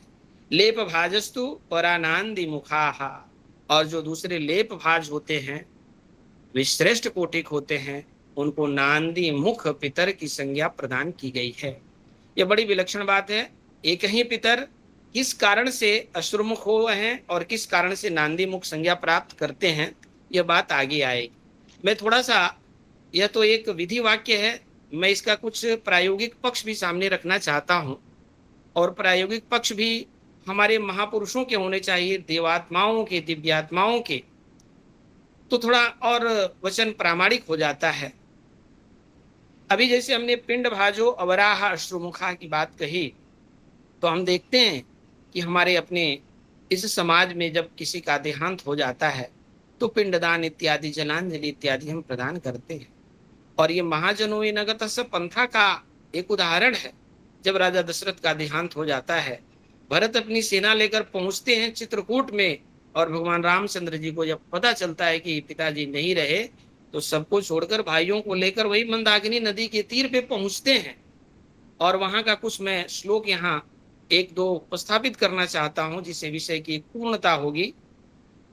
प्रगृह्य तु महीपालो जला पूरित मंजलिम, श्री राम जी अंजलि भर के जल लेते हैं। दिशम याम अभिमुखो, दक्षिण दिशा की ओर अभिमुख, जैसे कि बार बार बात हो रही थी कि दक्षिण दिशा की ओर ही क्यों, तो यह एक विज्ञान है। हमें आचार्यों की बातों को और आप्त पुरुषों को समझना है, मानना है। तो दिशम याम्याम अभिमुखो रुदन वचनम अब्रवीत, दक्षिण दिशा की ओर जलांजलि लेकर रोते हुए बोलते हैं भगवान श्री राम, क्या कहते हैं? एतत् ते राज शार्दूल विमलम तोयम अक्षयम। हे राज शार्दूल, हे राजा दशरथ, हे पिता, यह अक्षय विमल, यह जो जल है, पितृलोका पितृलोक गतस्याद्य, आप पितृलोक को चले गए हैं, मद्दतम उपतिष्ठतो, मेरे द्वारा दिया जाता है, इसको आप ग्रहण करिए। यह पितृ समीक्षा के अंतर्गत आने वाला बड़ा सुंदर उदाहरण हो सकता है। ततो मंदाकिनी तीरम प्रत्युत्तीर्य सराघव, मंदाकिनी के उस तीर पे और अंदर की ओर उतरते हैं। पितुश्चकार तेजस्वी निर्वापम भ्रातृ भी सह, निर्वाप पिंडदान को कहते हैं। अपने भाइयों के साथ अपने पिता का पिंडदान करते हैं भगवान श्री रामचंद्र।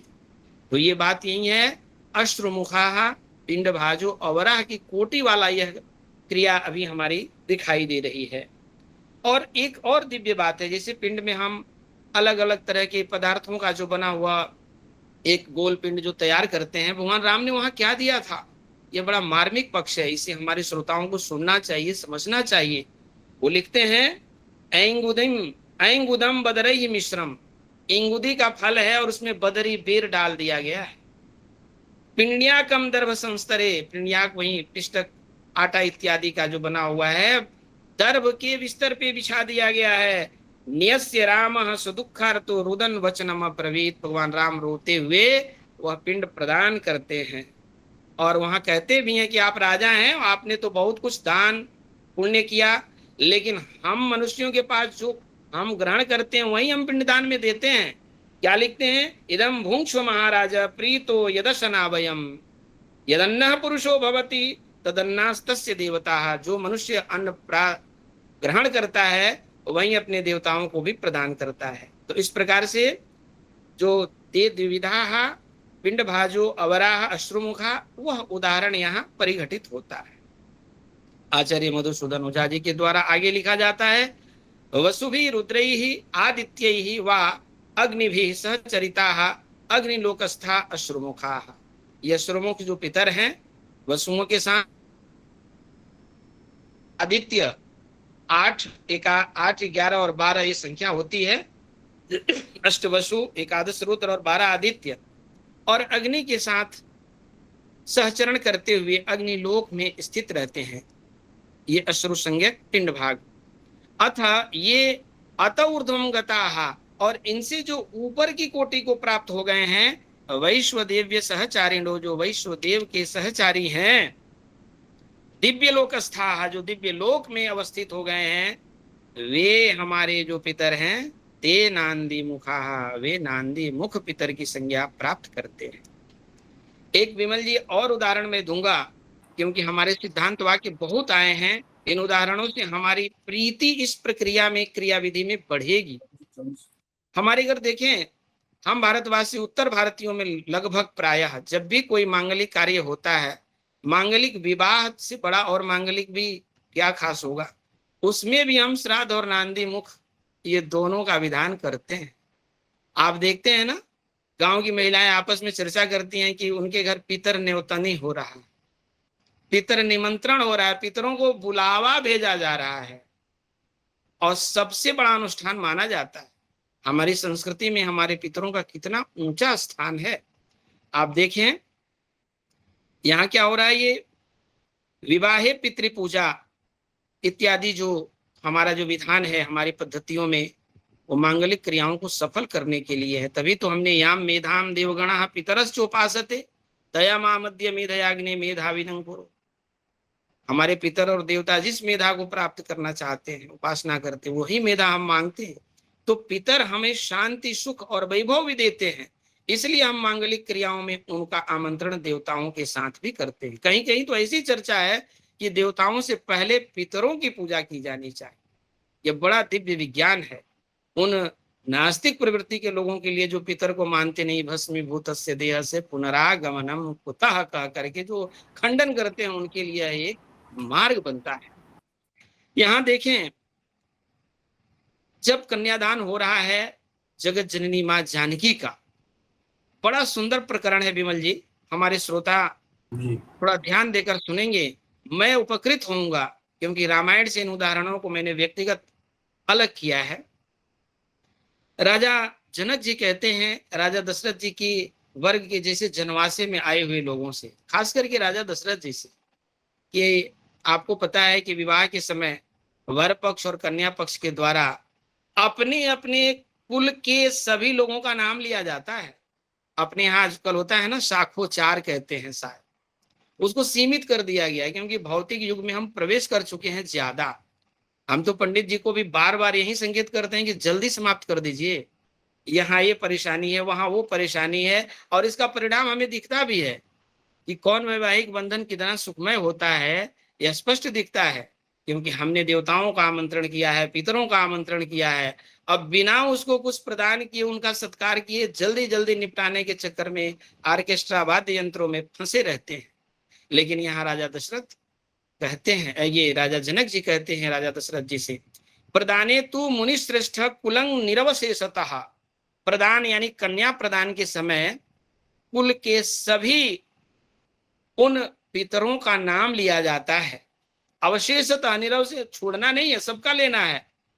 वक्तव्यम कुल जाते ना, यह बात कौन बोलेगा, जो कुल में उत्पन्न व्यक्ति है उसको बोलना चाहिए। तन्निबोध महामते, तो आपके कुल से कौन है इसको बोलिए। आज हमारे यहाँ विवाह प्रकरण में थोड़ा सा आता है कि वर पक्ष के पंडित जी अपने यहाँ का बढ़िया एकदम गद्य में वो बोलते हैं, उनके यहाँ का ये बोलते हैं। हमारे आचार्यों ने एक कुछ गद्यावली बना रखी है, सिर्फ वहां नाम का आयोजन करते हैं 3-4 पीढ़ियों का, लेकिन यह गोत्राध्याय कहते हैं उसको। अच्छा अच्छा, जी जी। तो यहाँ वो जो चीजें आ रही हैं, अब देखें, राजा दशरथ जी ने तो कहा है कि हमारी कुल की परंपरा के अनुसार वशिष्ठ जी ही सब कहते हैं, और वशिष्ठ जी ने वास्तव में, आप याद करें, यह जो प्रकरण है वाल्मीकि रामायण बाल कांड का 70, 71 और 72 तीनों सर्गों में प्राप्त होता है, और बहुत सुंदर 71, मैंने तो गिनती की है, 71 वंश मतलब पितरों का नाम लिया है उन्होंने, वशिष्ठ जी ने, कि इनके पितर में ये हुए। अच्छा, परंपरा कहाँ से ली है, तो ब्रह्मा जी से। हमारे वेदांती तो हमको उलझा देते हैं तत्वमसी में, इधर का उधर वाक्य, विशेष से विशेषण, समानाधिकरण्य, लेकिन हमारी उत्पत्ति ब्रह्मा जी से है।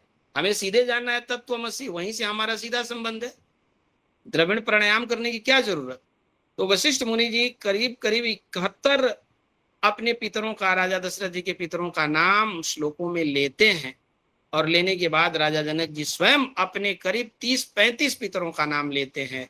तो इस प्रकार से हमारे पितर विज्ञान, जो पितृ विज्ञान है आचार्य मधुसूदन ओझा जी द्वारा लिखित, उसका हमारे शास्त्रों में बड़ा सुंदर समन्वय दिखाई देता है।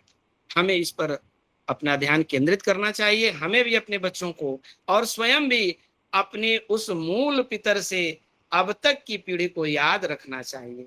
अब तो हम ही लोग शर्मिंदा हो जाते हैं, लज्जित हो जाते हैं। आज इस पुनीत अवसर पर आचार्य मधुसूदन ओझा जी हम सबको एक तरह से जगा रहे कि अपने पितरों को याद करिए, और उनको समय समय पर आप यथेच्छ उनका जो अभ्यर्चन है उसे करते रहे। आगे लिखते हैं, अच्छा एक और बात है यहाँ स्पष्ट है, सगत्वा निलयम राजा श्राद्धम कृत्वा विधानतः, राजा जनक जी जाते हैं श्राद्ध। आजकल विवाह में कोई कहते कि भैया ये श्राद्ध करिए, तो लोग सुन के गुस्सा करेंगे, क्या अशुभ बोलने लगे। लेकिन कन्यादान के बाद राजा जनक जी श्राद्ध कर्म करते हैं, प्रभाते काल्यम उत्थाय चक्रे गोदानम उत्तमम, और वहां गोदान भी करते हैं। तो इस प्रकार से नांदी मुख श्राद्ध की भी यहाँ चर्चा होती है। आगे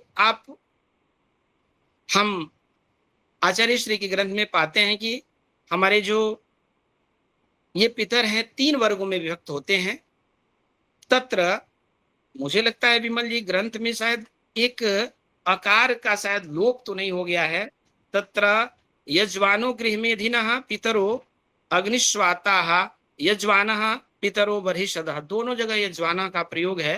तो मुझे लगता है एक जगह अयजवाना होना चाहिए पहले वाले में।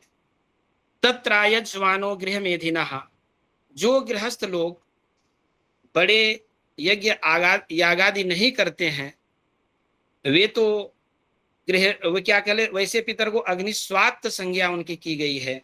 यजमाना पितरो बर्हिषदः, और जो यज्ञ याग आदि का अनुष्ठान नित्य निरंतर करते रहते हैं, ऐसे पितरों को हम बर्हिषद की संज्ञा प्रदान करते हैं। सोमेन सृष्टवन्तः पितरः सोमसदः, सोम के द्वारा जिन्होंने इष्टि का संपादन किया है, ऐसे हमारे पितर लोक में आए हुए दिव्य पितर सोमसद की संज्ञा प्राप्त करते हैं। आगे आचार्य जी लिखते हैं, त्रिविधा ही में पितरो भवंती, ये पितर हमारे 3 प्रकार के होते हैं। बहुत सुंदर यहाँ समन्वय है। कम से कम 3 से 7 पीढ़ियों तक हम लोग कई बार अपने पट्टी पट्टीदारों से बंटवारा करते हैं ना, तो 7 पीढ़ी कहते हैं ना, पीढ़ी बांट लेना, तो पीढ़ी पीढ़ी यही वंशावली का एक क्रम है। त्रिविधा ही में पितरो भवंती, सपिंडा सोदका सगोत्राश्च। आचार्य श्री लिखते हैं कि हमारे ये पितर 3 प्रकार के होते हैं, एक सपिंड, दूसरे सोदक और तीसरे सगोत्र। अब यहाँ क्रम निर्धारित करेंगे कि मृत पिता से लेकर 7 पीढ़ी तक का जो क्रम होगा वो सपिंड कहलाएगा।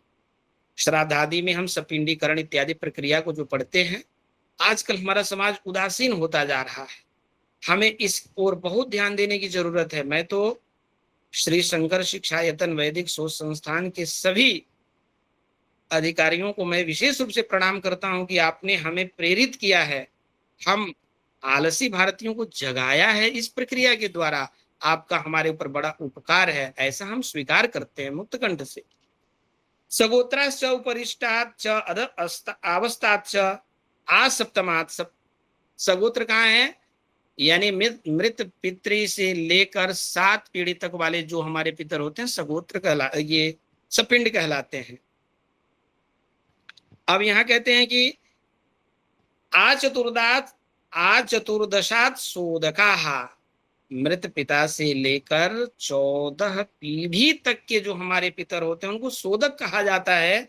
और 1 सगोत्राहा, और 21वीं पीढ़ी तक के हमारे जितने भी पितर होते हैं उनको सगोत्र। और इसके ऊपर अत ऊर्ध्व ज्ञातयः, इनके ऊपर के सभी पितरों को ज्ञाति संज्ञा प्रदान की गई है। यह तावत किंचित उच्यते। आचार्य अपने वक्तव्य को समेटते हैं, कहते हैं मैं थोड़ा ही बता रहा हूं। मनुष्य आजकल बहुत ही छोटा समय निकालने लगा है विमल जी, आश्चर्य है। कभी कभी घंटों बैठ के नाटक देखता था तो अब रील देख के खुश हो जा रहा है। कभी कभी एक पुस्तक पूरी पढ़ जाता था तो अब कहता है कि सारांश भेज दीजिए 2 लाइन का। तो मनुष्य कितना सिमटता जा रहा है और कितनी जल्दीबाजी में है, वह घंटों की यात्रा को मिनटों में तय करने के लिए व्याकुल हो रहा है। पता नहीं इस सृष्टि का क्या होना है। आचार्य श्री ने यहाँ कहा कि यह तावत किंचित उच्यते, वो जानते हैं कि हमारी पीढ़ी इतनी आलसी होगी, उसको थोड़े सा रील के रूप में हमको बताना। यहाँ मैं थोड़ा ही कह रहा हूं। अब यहाँ देखें, प्रेत पितर विज्ञान विवेचन यहाँ करते हैं, बड़ा सुंदर ये प्रकरण है। और इसमें हमारे खास करके उन अंशों पर ये चर्चा हो रही है। आनंद विज्ञान मन प्राणान्न पंच कोशो यम सर्वः शरीरी पुरुषो भवति। अब वही चीज है कि यह जो पुरुष है, पुरुषेते इति पुरुषः, यहाँ भी मुझे लगता है शायद प्रिंट में शरीरी की जगह शरीर आ गया है। खैर हम लोग थोड़ा सा उसका समन्वय कर लेते हैं अपने से। आनंद विज्ञान मन प्राणान्न पंच कोशो यम सर्वः, यह जो हमारा शरीर है जिसमें रहने वाला शरीरी पुरुष रहता है, यह 5 कोषों वाला है। तत्रायम, जैसा कि हम सब जानते हैं कि स्थूल शरीर जो है वो अन्नमय कोष के नाम से जाना जाता है, और प्राणमय में 5 प्राण और 5 कर्मेंद्रियों की गणना होती है, यह प्राणमय कोष कहलाता है। मनोमय में मन और 5 ज्ञानेंद्रियों का संयोग होता है, मनोमय कोष है जो विचारशीलता प्रदान करता है। विज्ञानमय बुद्धि के साथ 5 ज्ञानेंद्रियों का संयोग पाकर हमारा एक जो चौथा कोष बनता है विज्ञानमय। और आनंदमय की तो खोज में हम सब व्याकुल ही। उस परमानंद की प्राप्ति आत्मज्ञ एवं सर्वज्ञ की कोटि यहाँ प्राप्त होती है। रसो वैसा, यह आचार्य श्री की कल्पना है। तो आप लिखते हैं, आनंद विज्ञान मन प्राणान्न पंच कोशो यम सर्वः शरीरी पुरुषो भवति तत्रायम सर्वबर्हिधा अन्नमय कोशः। इन 5 कोशों में जो सबसे पृथक बाहर वाला जो भाग है, जो स्थूल है, वह क्या है, अन्नमय कोश है, जो शरीर रूप है। तदनंतरांतर क्रमे सर्वांतरतो अयम आनंदमय कोशः, और उसके बाद वाले क्रम में सबसे अंतर वाले पश्चात वाले कोश में आनंदमय कोश कोटि आती है। आनंदमयस्य पुरुष विधत्वम, आनंदमय एक पुरुष के सदृश ही साक्षात होता है। अनुपुरुष विधोयम अन्नमय कोश, यह अन्नमय कोश भी यह जो आनंदमय कोश है उससे थोड़ा सा ही उसे क्या कहेंगे, दूर या उसे पृथक समझना चाहिए हमें। आनंदमय विज्ञानमय, आनंदमय कोश में विज्ञानमय का भी एक सन्निवेश मानते हैं। मनोमय तत्र, और वही मनोमय का भी है। प्राणमय तत्रायम अन्नमय कोश उपधीयते। क्रमशः ये हमारे पंच कोशों की चर्चा आचार्य श्री ने यहाँ की है। प्राणे चान्नोपधानम सप्तचितिकम भवति, जब प्राणमय कोश अन्नमय कोश का एक साथ समन्वय होता है तो हमारा सप्तचितिक, एक यहाँ जो सप्त वस्तु मूलक यहाँ एक स्थिति सामने आती है। आचार्य श्री ने इसे सप्तचितिकम कहा है। और ये जो 7 धातुएं हैं कौन कौन हो जाती हैं? तथा ही आदौ शुक्रम ततः क्रमेण मज्जा, शुक्र मज्जा अस्थि मेदः स्नायवो मांसम असृंजी रस त्वक लोमानी, ये जो हमारे शरीर के जो अवयव हैं ये अन्नमय और प्राणमय कोशों के संपृक्त होने पर यह आगे प्रकट होते हैं। भुक्तस्य एव अन्नस्य परिपाकवशादि में रसाश्रिंग मांस मेदोस्थि मज्जा शुक्रौ जो मनांसि धातवो विकारा उत्पत्त्यास्मिन् प्राणकोशे प्रणिधीयन्ते। जो हम अन्न ग्रहण करते हैं उस अन्न के परिपाक के अनंतर ये हमारे जो धातु हैं मांस मेद रस श्रृंग अस्थि मज्जा शुक्र ओज मन, ये सब ये जो विकार स्वरूप यह प्राणकोश में ही विशेष रूप से परिगणित होते हैं, यानी वृद्धि को प्राप्त होते हैं। तत्रैतद अन्नमयम मनः, हमारा जो मन है अन्नमय विशेष रूप से होता है। यह तो लोकोक्ति भी है विमल जी, हम सुनते हैं कि जैसा खाए अन्न वैसा हुए मन, अन्न के सदृश मन हो जाता है, तो यही उक्ति है। तत्रैतद अन्नमयम मनः चांद्रत्वाद दिव्यम, मन का सीधा संबंध चंद्रमा से है इसलिए दिव्य कोटिक है। ओजस्तु वायु रसत्वाद आंतरिक्षम, ओज वायु रस प्रधान होने के कारण अंतरिक्ष संबंधित होने से आंतरिक्ष पदवाच्य है। अथ शुक्रांत पार्थिवो भाव, और शुक्र वाला जो पार्थिव हमारा शुक्र वाला जो भाव है वह पार्थिव भाव के रूप में कहलाता है। तदित्थम, और इसकी पुष्टि करते हैं यह कहीं से शास्त्रीय वाक्य है, क्योंकि आचार्य श्री का कोई वाक्य मूल से भटकता नहीं है।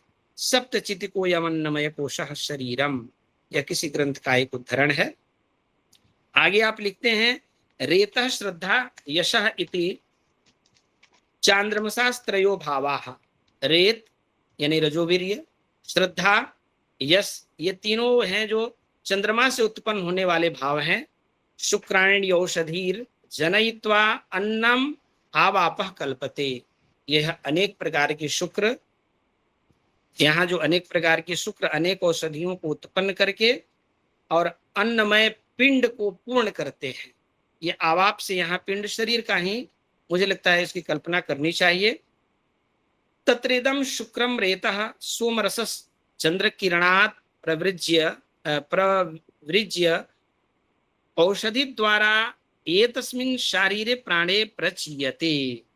यहाँ जो शुक्र रजोवीर्य रेतः जो है सोमरस वाला चंद्र किरणों के सहारे प्रवृज्य औषधि द्वारा, ये कहते हैं यहाँ कि रेत शुक्र किंवा सोमरस जो चंद्रमा को किरणों में रहता है वह उन किरणों से पृथक होकर अन्न रूप औषधि भाव में स्थित हो जाता है, अर्थात प्राणों का पोषक बन जाता है। आगे लिखते हैं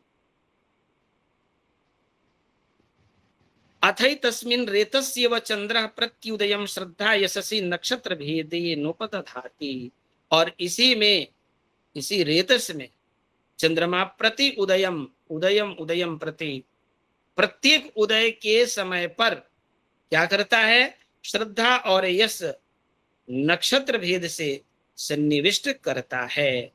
जन्म नक्षत्राद आरभ्य एतद 28 नक्षत्राणि यावत् प्रत्यहं नक्षत्र भेदात् प्रति प्रविभद्यमानाः सह संज्ञा सोमरसा 28 अहने एकम 28 कलम पिंडम जनयंती। यहाँ बहुत ही सुंदर ढंग से बताते हैं कि प्रत्येक उदय में चंद्रमा उसमें श्रद्धा और यश का निवेश करता है और नक्षत्र भेद से यह सह संज्ञक सोमरस 28वें दिन 28 कला संपन्न यानी 28 कला संपन्न एक पिंड को पूर्णता प्रदान करते हैं।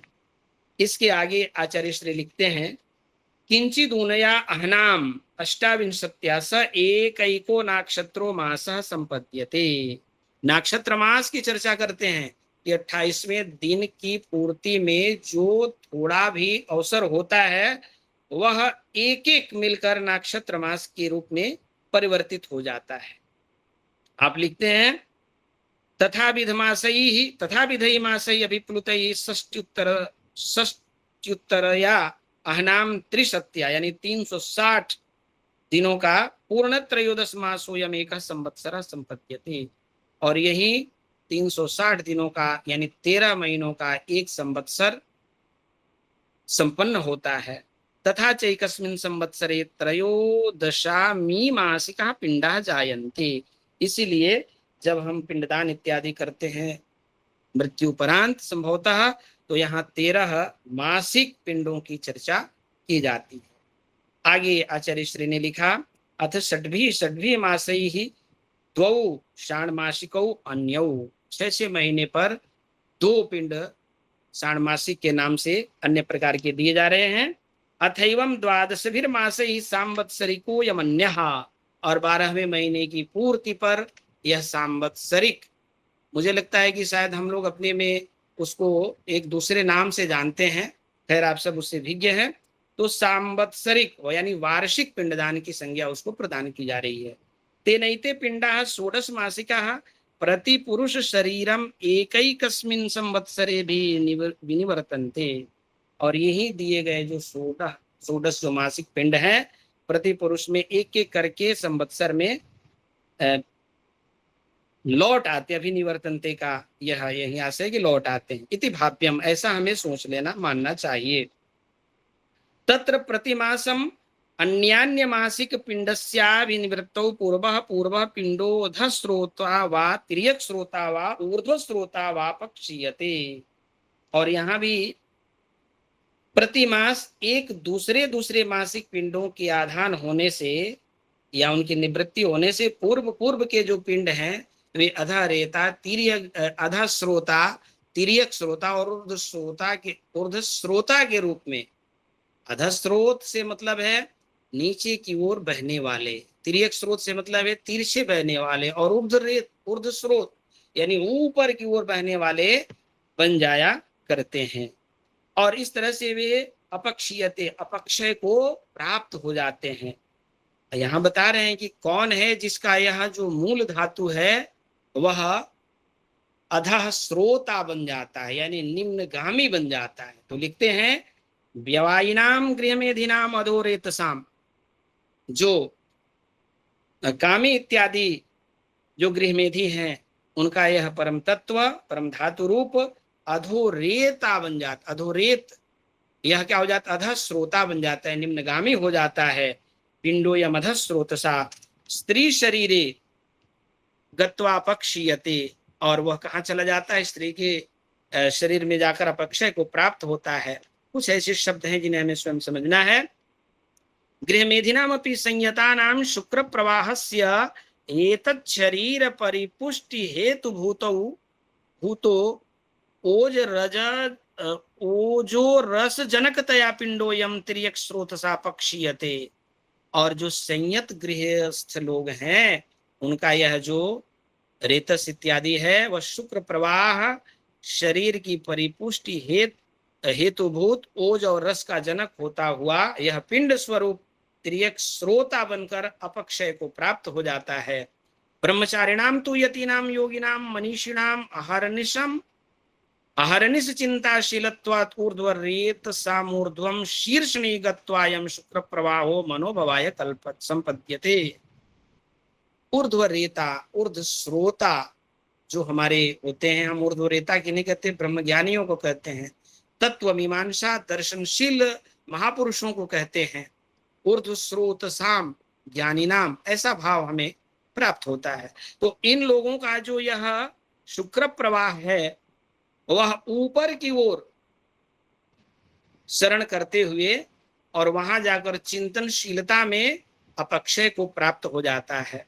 यावद अधिकम चिंतयते, वे विचारशील ऊर्ध्व रेता ऊर्ध्व श्रोता मनीषीगण जितना गंभीर चिंतन करते हैं, यावद अधिकम चिंतयते तावत शुक्रम वीयते, उतना ही उनका शुक्र और यह शुक्र प्रवाह अपक्षय को प्राप्त होता है। ते कृष्यंती न मेद्यंती न प्रजा जनयंती, वे क्षीण होते हैं और प्रजा जनन में वे समर्थ नहीं होते हैं। यह दिव्य भाव है, इसको समझना बड़ा कठिन है। तेष्वेतेषु पिंडोपक्षयेषु अवपतन आपतनम उत्पतनम चेति शब्दः भवन्ति। इस पिंड क्षय, शुक्र प्रवाह क्षय को अवपतन और उत्पतन इत्यादि शब्दों से हम जानते हैं। इत्थम च प्रतिमासम क्षीण शुक्र पिंडानाम चंद्रोदय योगात् अन्यश्च पिंडो अविरतम प्रजायते। और इनके प्रतिमास क्षीण होने से, क्षीण शुक्र पिंडों के कारण चंद्रोदय इत्यादि के योग से दूसरे दूसरे पिंड अविरतम निरंतर प्रकट होते रहते हैं। तेन चानुपलम षोडश मासिक पितृपिंड संपन्न एवायम पुरुषो जीवन यात्राम धत्ते इति स्थिति। इस पितृ प्रक्रिया में षोडश कलाओं से संपन्न षोडश मासिक पितृपिंड वाला यह जो देही है वह अपनी जीवन यात्रा को संपन्न करता है। अब एक विशेष प्रकरण यहाँ विमल जी है। आचार्य श्री लिखते हैं, यद्यप्यस्य पिंडस्य एवं सामान्येन पतनमाख्यातम, इस शुक्र प्रवाह पिंड स्वरूप का यह सामान्य हमने यहाँ पतन बताया है। तथाप्यस्याधः स्रोतः पक्षे कंचन विशेषम आख्यास्याम, लेकिन इसके अधः स्रोत पक्ष में हम कोई विशेष संदर्भ आगे की ओर कहेंगे। द्विविधम तावदधः स्रोतो भवति। अभी अभी हमारे आदरणीय सरोज कौशल बहन जी ने बताया था, अपत्यम और पत्यम दोनों शब्दों की आपने सुंदर व्याख्या की थी। वही प्रसंग यहाँ आ रहा है विमल जी। आप कहते हैं कि ये जो अधः स्रोत है वह दो प्रकार से होता है। एक पत्य है जो पतनशील है, अपत्य है जो सार्थक पतनशील है। योषा शोणिताग्नौ सुतोयम रेतः सोमो यावदेव अष्टम संतानाय सूनुर्भवति तदपत्यम। योषा यानी स्त्री, शोणित अग्नि में सुतार्थ प्रदान यह जो रेत है, यह सोम स्वरूप अष्टम संतान के लिए यहाँ तक जो अभिप्रेषित है वह अपत्य संज्ञक होता है। अष्टम पुरुष पर्यंतमस्य रेतसः संतायमानस्य पृथिव्यां स्थापयित्वा अभ्युपपत्या निपतना योग्यत्वात्। अष्टम संतानानंतर पृथ्वी पर निपतन में अयोग्य होने से। अप्यवं चंद्रलोकस्थानां पितृऋणां कतिपयंशाः श्रद्धा सूत्रेण उपनिबद्धाः।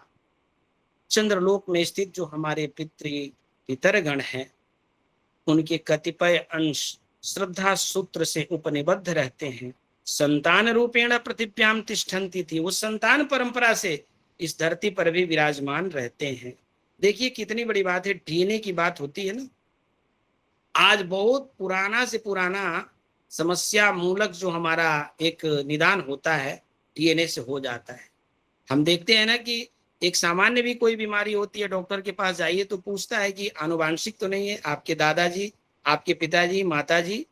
तो हमारे ये पितृ पितामहों से जो परंपरागत प्राप्त चीजें हैं, तो यहाँ उसका मूल तत्व ये है, हमारे पितृगण चंद्रलोक में रहते हैं लेकिन संतान परंपरा ये धरती पर भी अवस्थित रहते हैं। पितरस चंद्रमस चंद्रलोका न पतंती, इसी कारण से वे चंद्रलोक से निपतित नहीं होते हैं। आगे बता रहे हैं, संतानस्थानाम अष्टाविंशति पैतृक पिंड निवापानाम सपिंडीकरण द्वारा पुनः प्रत्यर्पणेन तेषां पितॄणां लब्धाष्टाविंशत्या आत्मपिंडतया पतित पिंडत्वा योगात्। जैसे कि हमने अभी चर्चा की, पिंडी सपिंडकरण द्वारा उन अपने पितरों तक जो ऊर्जा पहुंचाई जाती है, उस ऊर्जा के कारण वे चंद्रलोक में विराजमान रहते हैं, वे वहां से नीचे की ओर नहीं आ सकते। लेकिन यह क्रम कब होगा? जब हमारी संतानें पत्य हो जाएंगी, अपत्य नहीं बनेंगी, तो लुप्त पिंडोदक क्रिया वाली परिस्थिति उत्पन्न होगी। 3-4-5 लाइन शेष है, इसमें वो बात आ रही। आतश्चैत अष्टाविंशति पितृपिंड प्रत्यर्पण कृतोष्टौ संताना अपत्यानि। ये जो हमारे 8 हमारी जो संतानें हैं, ये अपत्य संज्ञक हैं, जो अष्टाविंशति पितृपिंड प्रत्यर्पण करती हैं, 28 पिंडों का प्रत्यर्पण करती हैं। यहाँ कहते हैं कि अपि चैतद पिंडात्मकम पितृरूपम संतान रूपेण अधस्तात् पृथिव्यां भवति इति तादात्म्योपपत्त्या पितृरूपमेवेदम अपत्यमाख्यायते।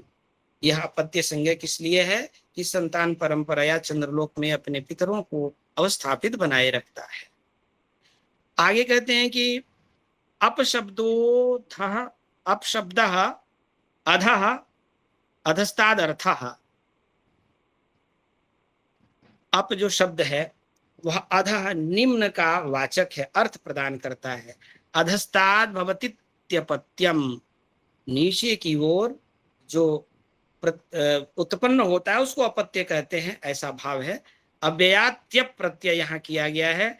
निसंतानत्वे तो पितॄणाम एतानि रूपाणि पत्यानि भवति पत्यानि। कहते हैं ना, अपुत्र से गतिर्नास्ति, यह बात सत्य है। अपुत्र से मतलब पिंड दान ही जब नहीं मिलेगा तो ऐसे व्यक्ति को गति कैसे मिलेगी? तो यहाँ इसी बात को आप स्पष्ट करते हैं कि निसंतानत्वे तो पितॄणाम एतानि रूपाणि पत्यानि। पिता ऐसा रूप ही नहीं रह जाता, अर्थात वे चंद्रलोक में अवस्थित रह ही नहीं पाते, क्योंकि बिजली का तार जब वहां से कट गया तो उस तरंग का प्रवाह तो रुक गया ना। तो यहाँ ये प्रवाह विशेष रूप से है। सप्त कलस्य पितृरूपस्य संतानकृत पिंडीकरण द्वारा प्रत्यर्पणेन पुनरष्टाविंशति कलरूपताया असंभावित्वात्।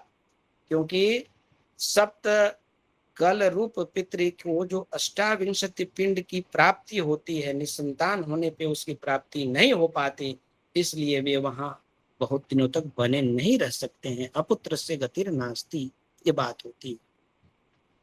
अपि चेदम संतान व्यतिरिक्तम तो अधोरेत पूर्ववत प्रतिमासम पत्यम। और वह जो अधोरेत बनता जाता है उसके कारण उसकी पत्य संज्ञा होती है। पूर्व मास पिंडस्य उत्तरस्मिन् मासे निरूपाख्यत्वेन अव्यवहार्यत्वात् अयोनौ बंध्या गर्भम वा सिक्तम रेत पूयते तस्मात् पत्यम। अब विशेष इसकी व्याख्या की जरूरत नहीं है, और विमल जी यही स्पष्ट किया जाता है कि जो संतानोत्पत्ति के लिए जो अपना शुक्र प्रवाह है अपत्यार्थक होता है, तद अतिरिक्त यह जो पत्य संज्ञक होकर अपने पितरों को लुप्त पिंडोदक क्रिया संज्ञक बना देता है। तो आचार्य श्री ने इस विलक्षण पितृ समीक्षा ग्रंथ के द्वारा पितृ विज्ञान की जो चर्चा की है, मैं तो बहुत लाभान्वित हूँ, और अपने पितरों के प्रति हमारी श्रद्धा भावना भी जागृत हुई है। आपने स्पष्ट लिखा है, गया भी जाकर अपने पितरों को पिंडदान के द्वारा तृप्त करना चाहिए। गया मुआ, एक बढ़िया पद्य मैंने कहीं से लिखा था, वो भी दिख नहीं रहा, कि गया में जाकर के पिंडदान के द्वारा एष्टप्या बहवः पुत्रा यद्यपि एको गयाम व्रजेत। बहुत सारे पुत्रों की कल्पना करनी चाहिए, कम से कम एक भी तो गया जाएगा ना। सब तो जाते नहीं, सब व्यस्त हैं आजकल, इतने व्यस्त हैं कि बात करने को समय नहीं। गया जाकर पिंडदान क्या होगा? यजेत वा स्वमेधेन, या समय निकालें तो स्वमेध कर दें, नीलम वा वृषमुत्सृजेत, या एक वृक्ष का त्याग करें। इस प्रकार से आचार्य श्री के इस विलक्षण ग्रंथ को मैंने कितना समझा है मैं नहीं समझता हूँ, कुछ समझा हूँ, लेकिन इसमें से कोई सार तत्व आपको निकलता है तो आपका आमंत्रण सफल है और आप हमारे लिए वंदनीय हैं। इन्हीं शब्दों के साथ मैं अपनी वाणी को विराम दूंगा और अध्यक्ष वर्य के आदेशानुसार यदि आप कहेंगे तो कुछ सुनाऊंगा, नहीं तो बस समय आपका पूर्ण हो रहा है जी। 1 मिनट रुका जाए। बहुत बहुत आभार सर। अब इनके अग्रिम व्याख्या के लिए एक पद्य मैं सुनाता हूँ।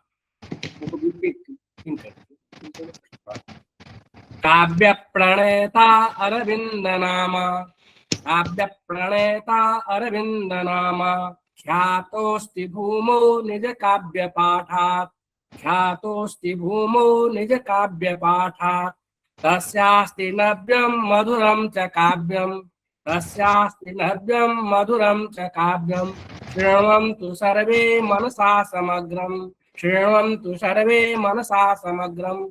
आदरणीय तिवारी, मैं अपने सभी मनीषी श्रोताओं को, मित्र बंधुओं को प्रणाम करता हूं। जब से हमें पीडीएफ विमल जी के द्वारा प्राप्त हुआ था, मैंने 2-3 बार इसका चिंतन मनन किया, जो समझ पाया वक्तव्य के रूप में आपको उपस्थापित किया। आज सुबह सुबह मैंने पद्यमय अपने भावों को इसमें समेटने का प्रयत्न किया और वे पद्य शार्दूल विगृहित के छंद के 8 पद्यों में विभक्त हैं। इसका नाम है पितृष्टकम। जैसे हमने अपने शास्त्रों में सुना, एको हम बहुश्याम, एको हम बहुधा भवेयमिति यो मत्वा प्रभु स्वेच्छया, सप्तर्षीन् चतुरश्चकार च मनून्, येषां प्रजाः प्रसृताः, येषां प्रजाः संसृताः। मैं एक हूं, अपना विस्तार कर लो, यह सोचते हुए पर ब्रह्म ने स्वेच्छा से सप्त ऋषियों को और 4 मनुओं की सृष्टि की, जिनसे यह संसार बना हुआ है। तत्पश्चात हिरण्यगर्भ विदितो जाता मरीच्यादयः, तेभ्यः नः पितरो भवन शुभकरा, शास्त्रोक्तिरेषा वरा। उन्हीं ऋषियों से, हिरण्यगर्भ से हमारे मरीचि आदि का आप प्रादुर्भाव हुआ और उनसे हमारे पितर हुए, जो हमारा कल्याण करते हैं। यह शास्त्रों का वचन है। अब आगे सिर्फ मैं पद्य वाचन करूंगा। शास्त्रे ये महिता भवन्ति पितरस्तेषां सावर्यमा, नेता तर्पण पिंडनादि नयने गीता प्रमाणोक्तितः, आचार्यः मधुसूदनः श्रुतिमतिर्दिव्यर्षि चूडामणिः, चक्रेयं स्वपरंपरा हितकृते ग्रंथम महांतम यतः। आचार्य परंपरा की रक्षा के लिए आचार्य श्री ने तर्पणा पिंडनादि को प्राप्त कराने वाले अर्यमा की चर्चा करते हुए इस पितृमीमांसा को हमारे सामने रखा है। यही भाव था इस पद्य का। मृत्वा ये प्रचलन्ति ते ही पितरो मन्यन्त ये वाखिलाः। मरने के बाद जो आगे के लोक में चले जाते हैं, उन्हें वो पितर संज्ञा दी जाती है। तत्पूर्वं प्रगता दिवं कुलभवा लोकांतरं पूर्वजाः, एते स्वे प्रपितामहादि पुरुषा भेदत्रयं संसृताः, स्मर्यन्ते स्मृतिभिस्तु देव मनुजानां सर्जकाः विश्रुताः। 3 प्रकार के हमारे पितरों की चर्चा हो रही है। गंधर्वो मृतिकालतः श्रुतिवचो जन्मग्रहान् मानुषः, प्रेतः श्रूयत एष शास्त्र विधिना चंद्र स्थितिम प्राप्नुवन्।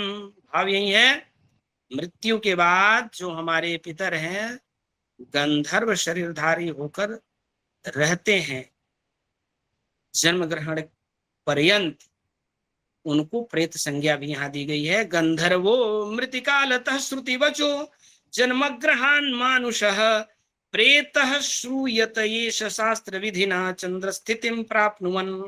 चंद्रलोक को प्राप्त होते हैं। सप्तैते पितरः सपिंड विधितः। 7 पीढ़ी तक वालों को हम क्या कहते हैं? सपिंड। वही बात हो गई है। शास्त्रे स्मृता द्वै विधम आद्या पिंड भुजो वरा इह परा नांदी मुखाश्चा परे, तत्पश्चात् त्रिविधा भवन्ति पितरो मृत्युक्रमाद् वन्दिताः, सा पिंडा पितृतो मता श्रुति मतैराप सप्तमात् सोदकाः। वही बात है। 7 पीढ़ी तक वाले कौन सा पिंड है?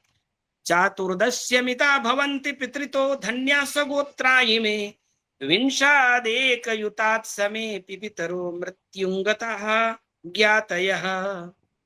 हमारे पितरों की जो बात थी, सपिंड, सोदक और सगोत्र, 7 पीढ़ी, 14 पीढ़ी, 21 पीढ़ी तक और उसके ऊपर की ज्ञाति संज्ञक होते हैं, यह चर्चा इसमें आई है। श्राद्धम जीवितमा नवः प्रकुरुते, ये बहुत विलक्षण बात थी, वो छूट गई हमसे। कुछ संन्यास प्राप्त करने वाले लोग अधिकांश और कुछ लोकोपकारी मनुष्य भी जीवन काल में ही अपना श्राद्ध कर्म कर दिया करते हैं। यह भी एक शास्त्रीय विधि विधान का संकेतक है, क्योंकि जब तक संसार से मोह रहता है तो व्यक्ति मरने के बाद भी अश्रुमुख पितर की संज्ञा में रहता है, क्योंकि उसका लगाव रहता है। आसक्ति ही संसार का सबसे बड़ा कारण है, पुनर्जन्म का कारण है। इसीलिए हमें जीवन काल में इन लोगों से सीख लेनी चाहिए। श्राद्धम जीवितमानवः प्रकुरुते संन्यास मार्गस्थितः सर्वाशाम अपहाय चंचलमतिम चासक्ति राज्यम स्वतः। आसक्ति के राज्य को यानी सभी क्रियाओं अभिलाषाओं का त्याग करके जीवन काल में समर्थ मनुष्य को अपना श्राद्ध कर देना चाहिए, ये भाव है यहाँ। धन्यो भारत राष्ट्र में तदतुलम श्राद्धम जना श्रद्धया संज्ञाते पितरि प्रशांत मतयः कुर्वन्त्य हो वंशजाः। यह भारत राष्ट्र धन्य है जहाँ श्रद्धा पूर्वक वंश में जन्म लेने वाले पुत्र आदि अपने दिवंगत पूर्वजों की यह क्रिया करते हैं। 2 पद्य शेष हैं। ये लोकम पुनरेन्ति दिव्य पितरो जानन्तु हे बंधव ये यज्ञाद् विमुखा हिताय जगतो जीवन्ति चा जीवनम यज्ञाग्नि स्पृशति वयं गृहजनम मुक्तस्य मान्यो जनैः कार्यं वंश भवैर् गयाम नरवरै श्राद्धम गतैः श्रद्धयाः। अपने दिव्य पितरों के मुक्ति के लिए गया में जाकर वंश में जन्म लेने वाले लोगों को श्रद्धा पूर्वक श्राद्ध कर देना चाहिए। एतत् शास्त्र वचः प्रसार रहितम प्रोक्तम मया यत्नतः। यह शास्त्रों के वचन को मैंने संक्षेप में आपके समक्ष उपस्थापित किया है। ओझा श्री मधुसूदन से वचसा मन्वादि सम्मानितम। श्री मधुसूदन ओझा जी के वचनों के द्वारा शास्त्र सम्मत इन कथनों को मैंने उपस्थापित किया है। कुरियुर्नः पितरः शुभानि सदया वंशोद्भवैः पूजिताः। अपने अपने वंश में उत्पन्न अपत्यों के द्वारा पितरों की पूजा की जानी चाहिए और वे पितर उनका कल्याण करेंगे। यह भावना इस पंक्ति में है। ग्राह्येषा तनयैर्मतिस्तुकुलजैः कालेद्भुता पद्धतिः। इस मार्ग को, इस पद्धति को कुल में जन्म लेने वाले सभी कुमारों के द्वारा, पुत्रों के द्वारा अपनाया जाना चाहिए। इन्हीं शब्दों के साथ आचार्य श्री को प्रणाम करता हुआ श्री शंकर शिक्षायतन के संपूर्ण अधिकारी हमारे अध्यक्ष महोदय विमल जी सहित, संचालक विमल जी सहित सभी वंदनीय श्रोताओं को मैं बहुत बहुत प्रणाम करता हूं कि आपने हमें सुना और हमें कुछ कहने का अवसर दिया। ओम नमो नमः। बहुत बहुत आभार सर। आपने न केवल पंक्तिशः ग्रंथ का पाठ किया अपितु काव्य के माध्यम से उस विषय को पुष्ट किया। आपके व्याख्यान से हम लोग कृतज्ञ, व्याख्यान से लाभान्वित हैं। सभी सुधी जनों को मुझे लगता है कि लाभ हुआ होगा।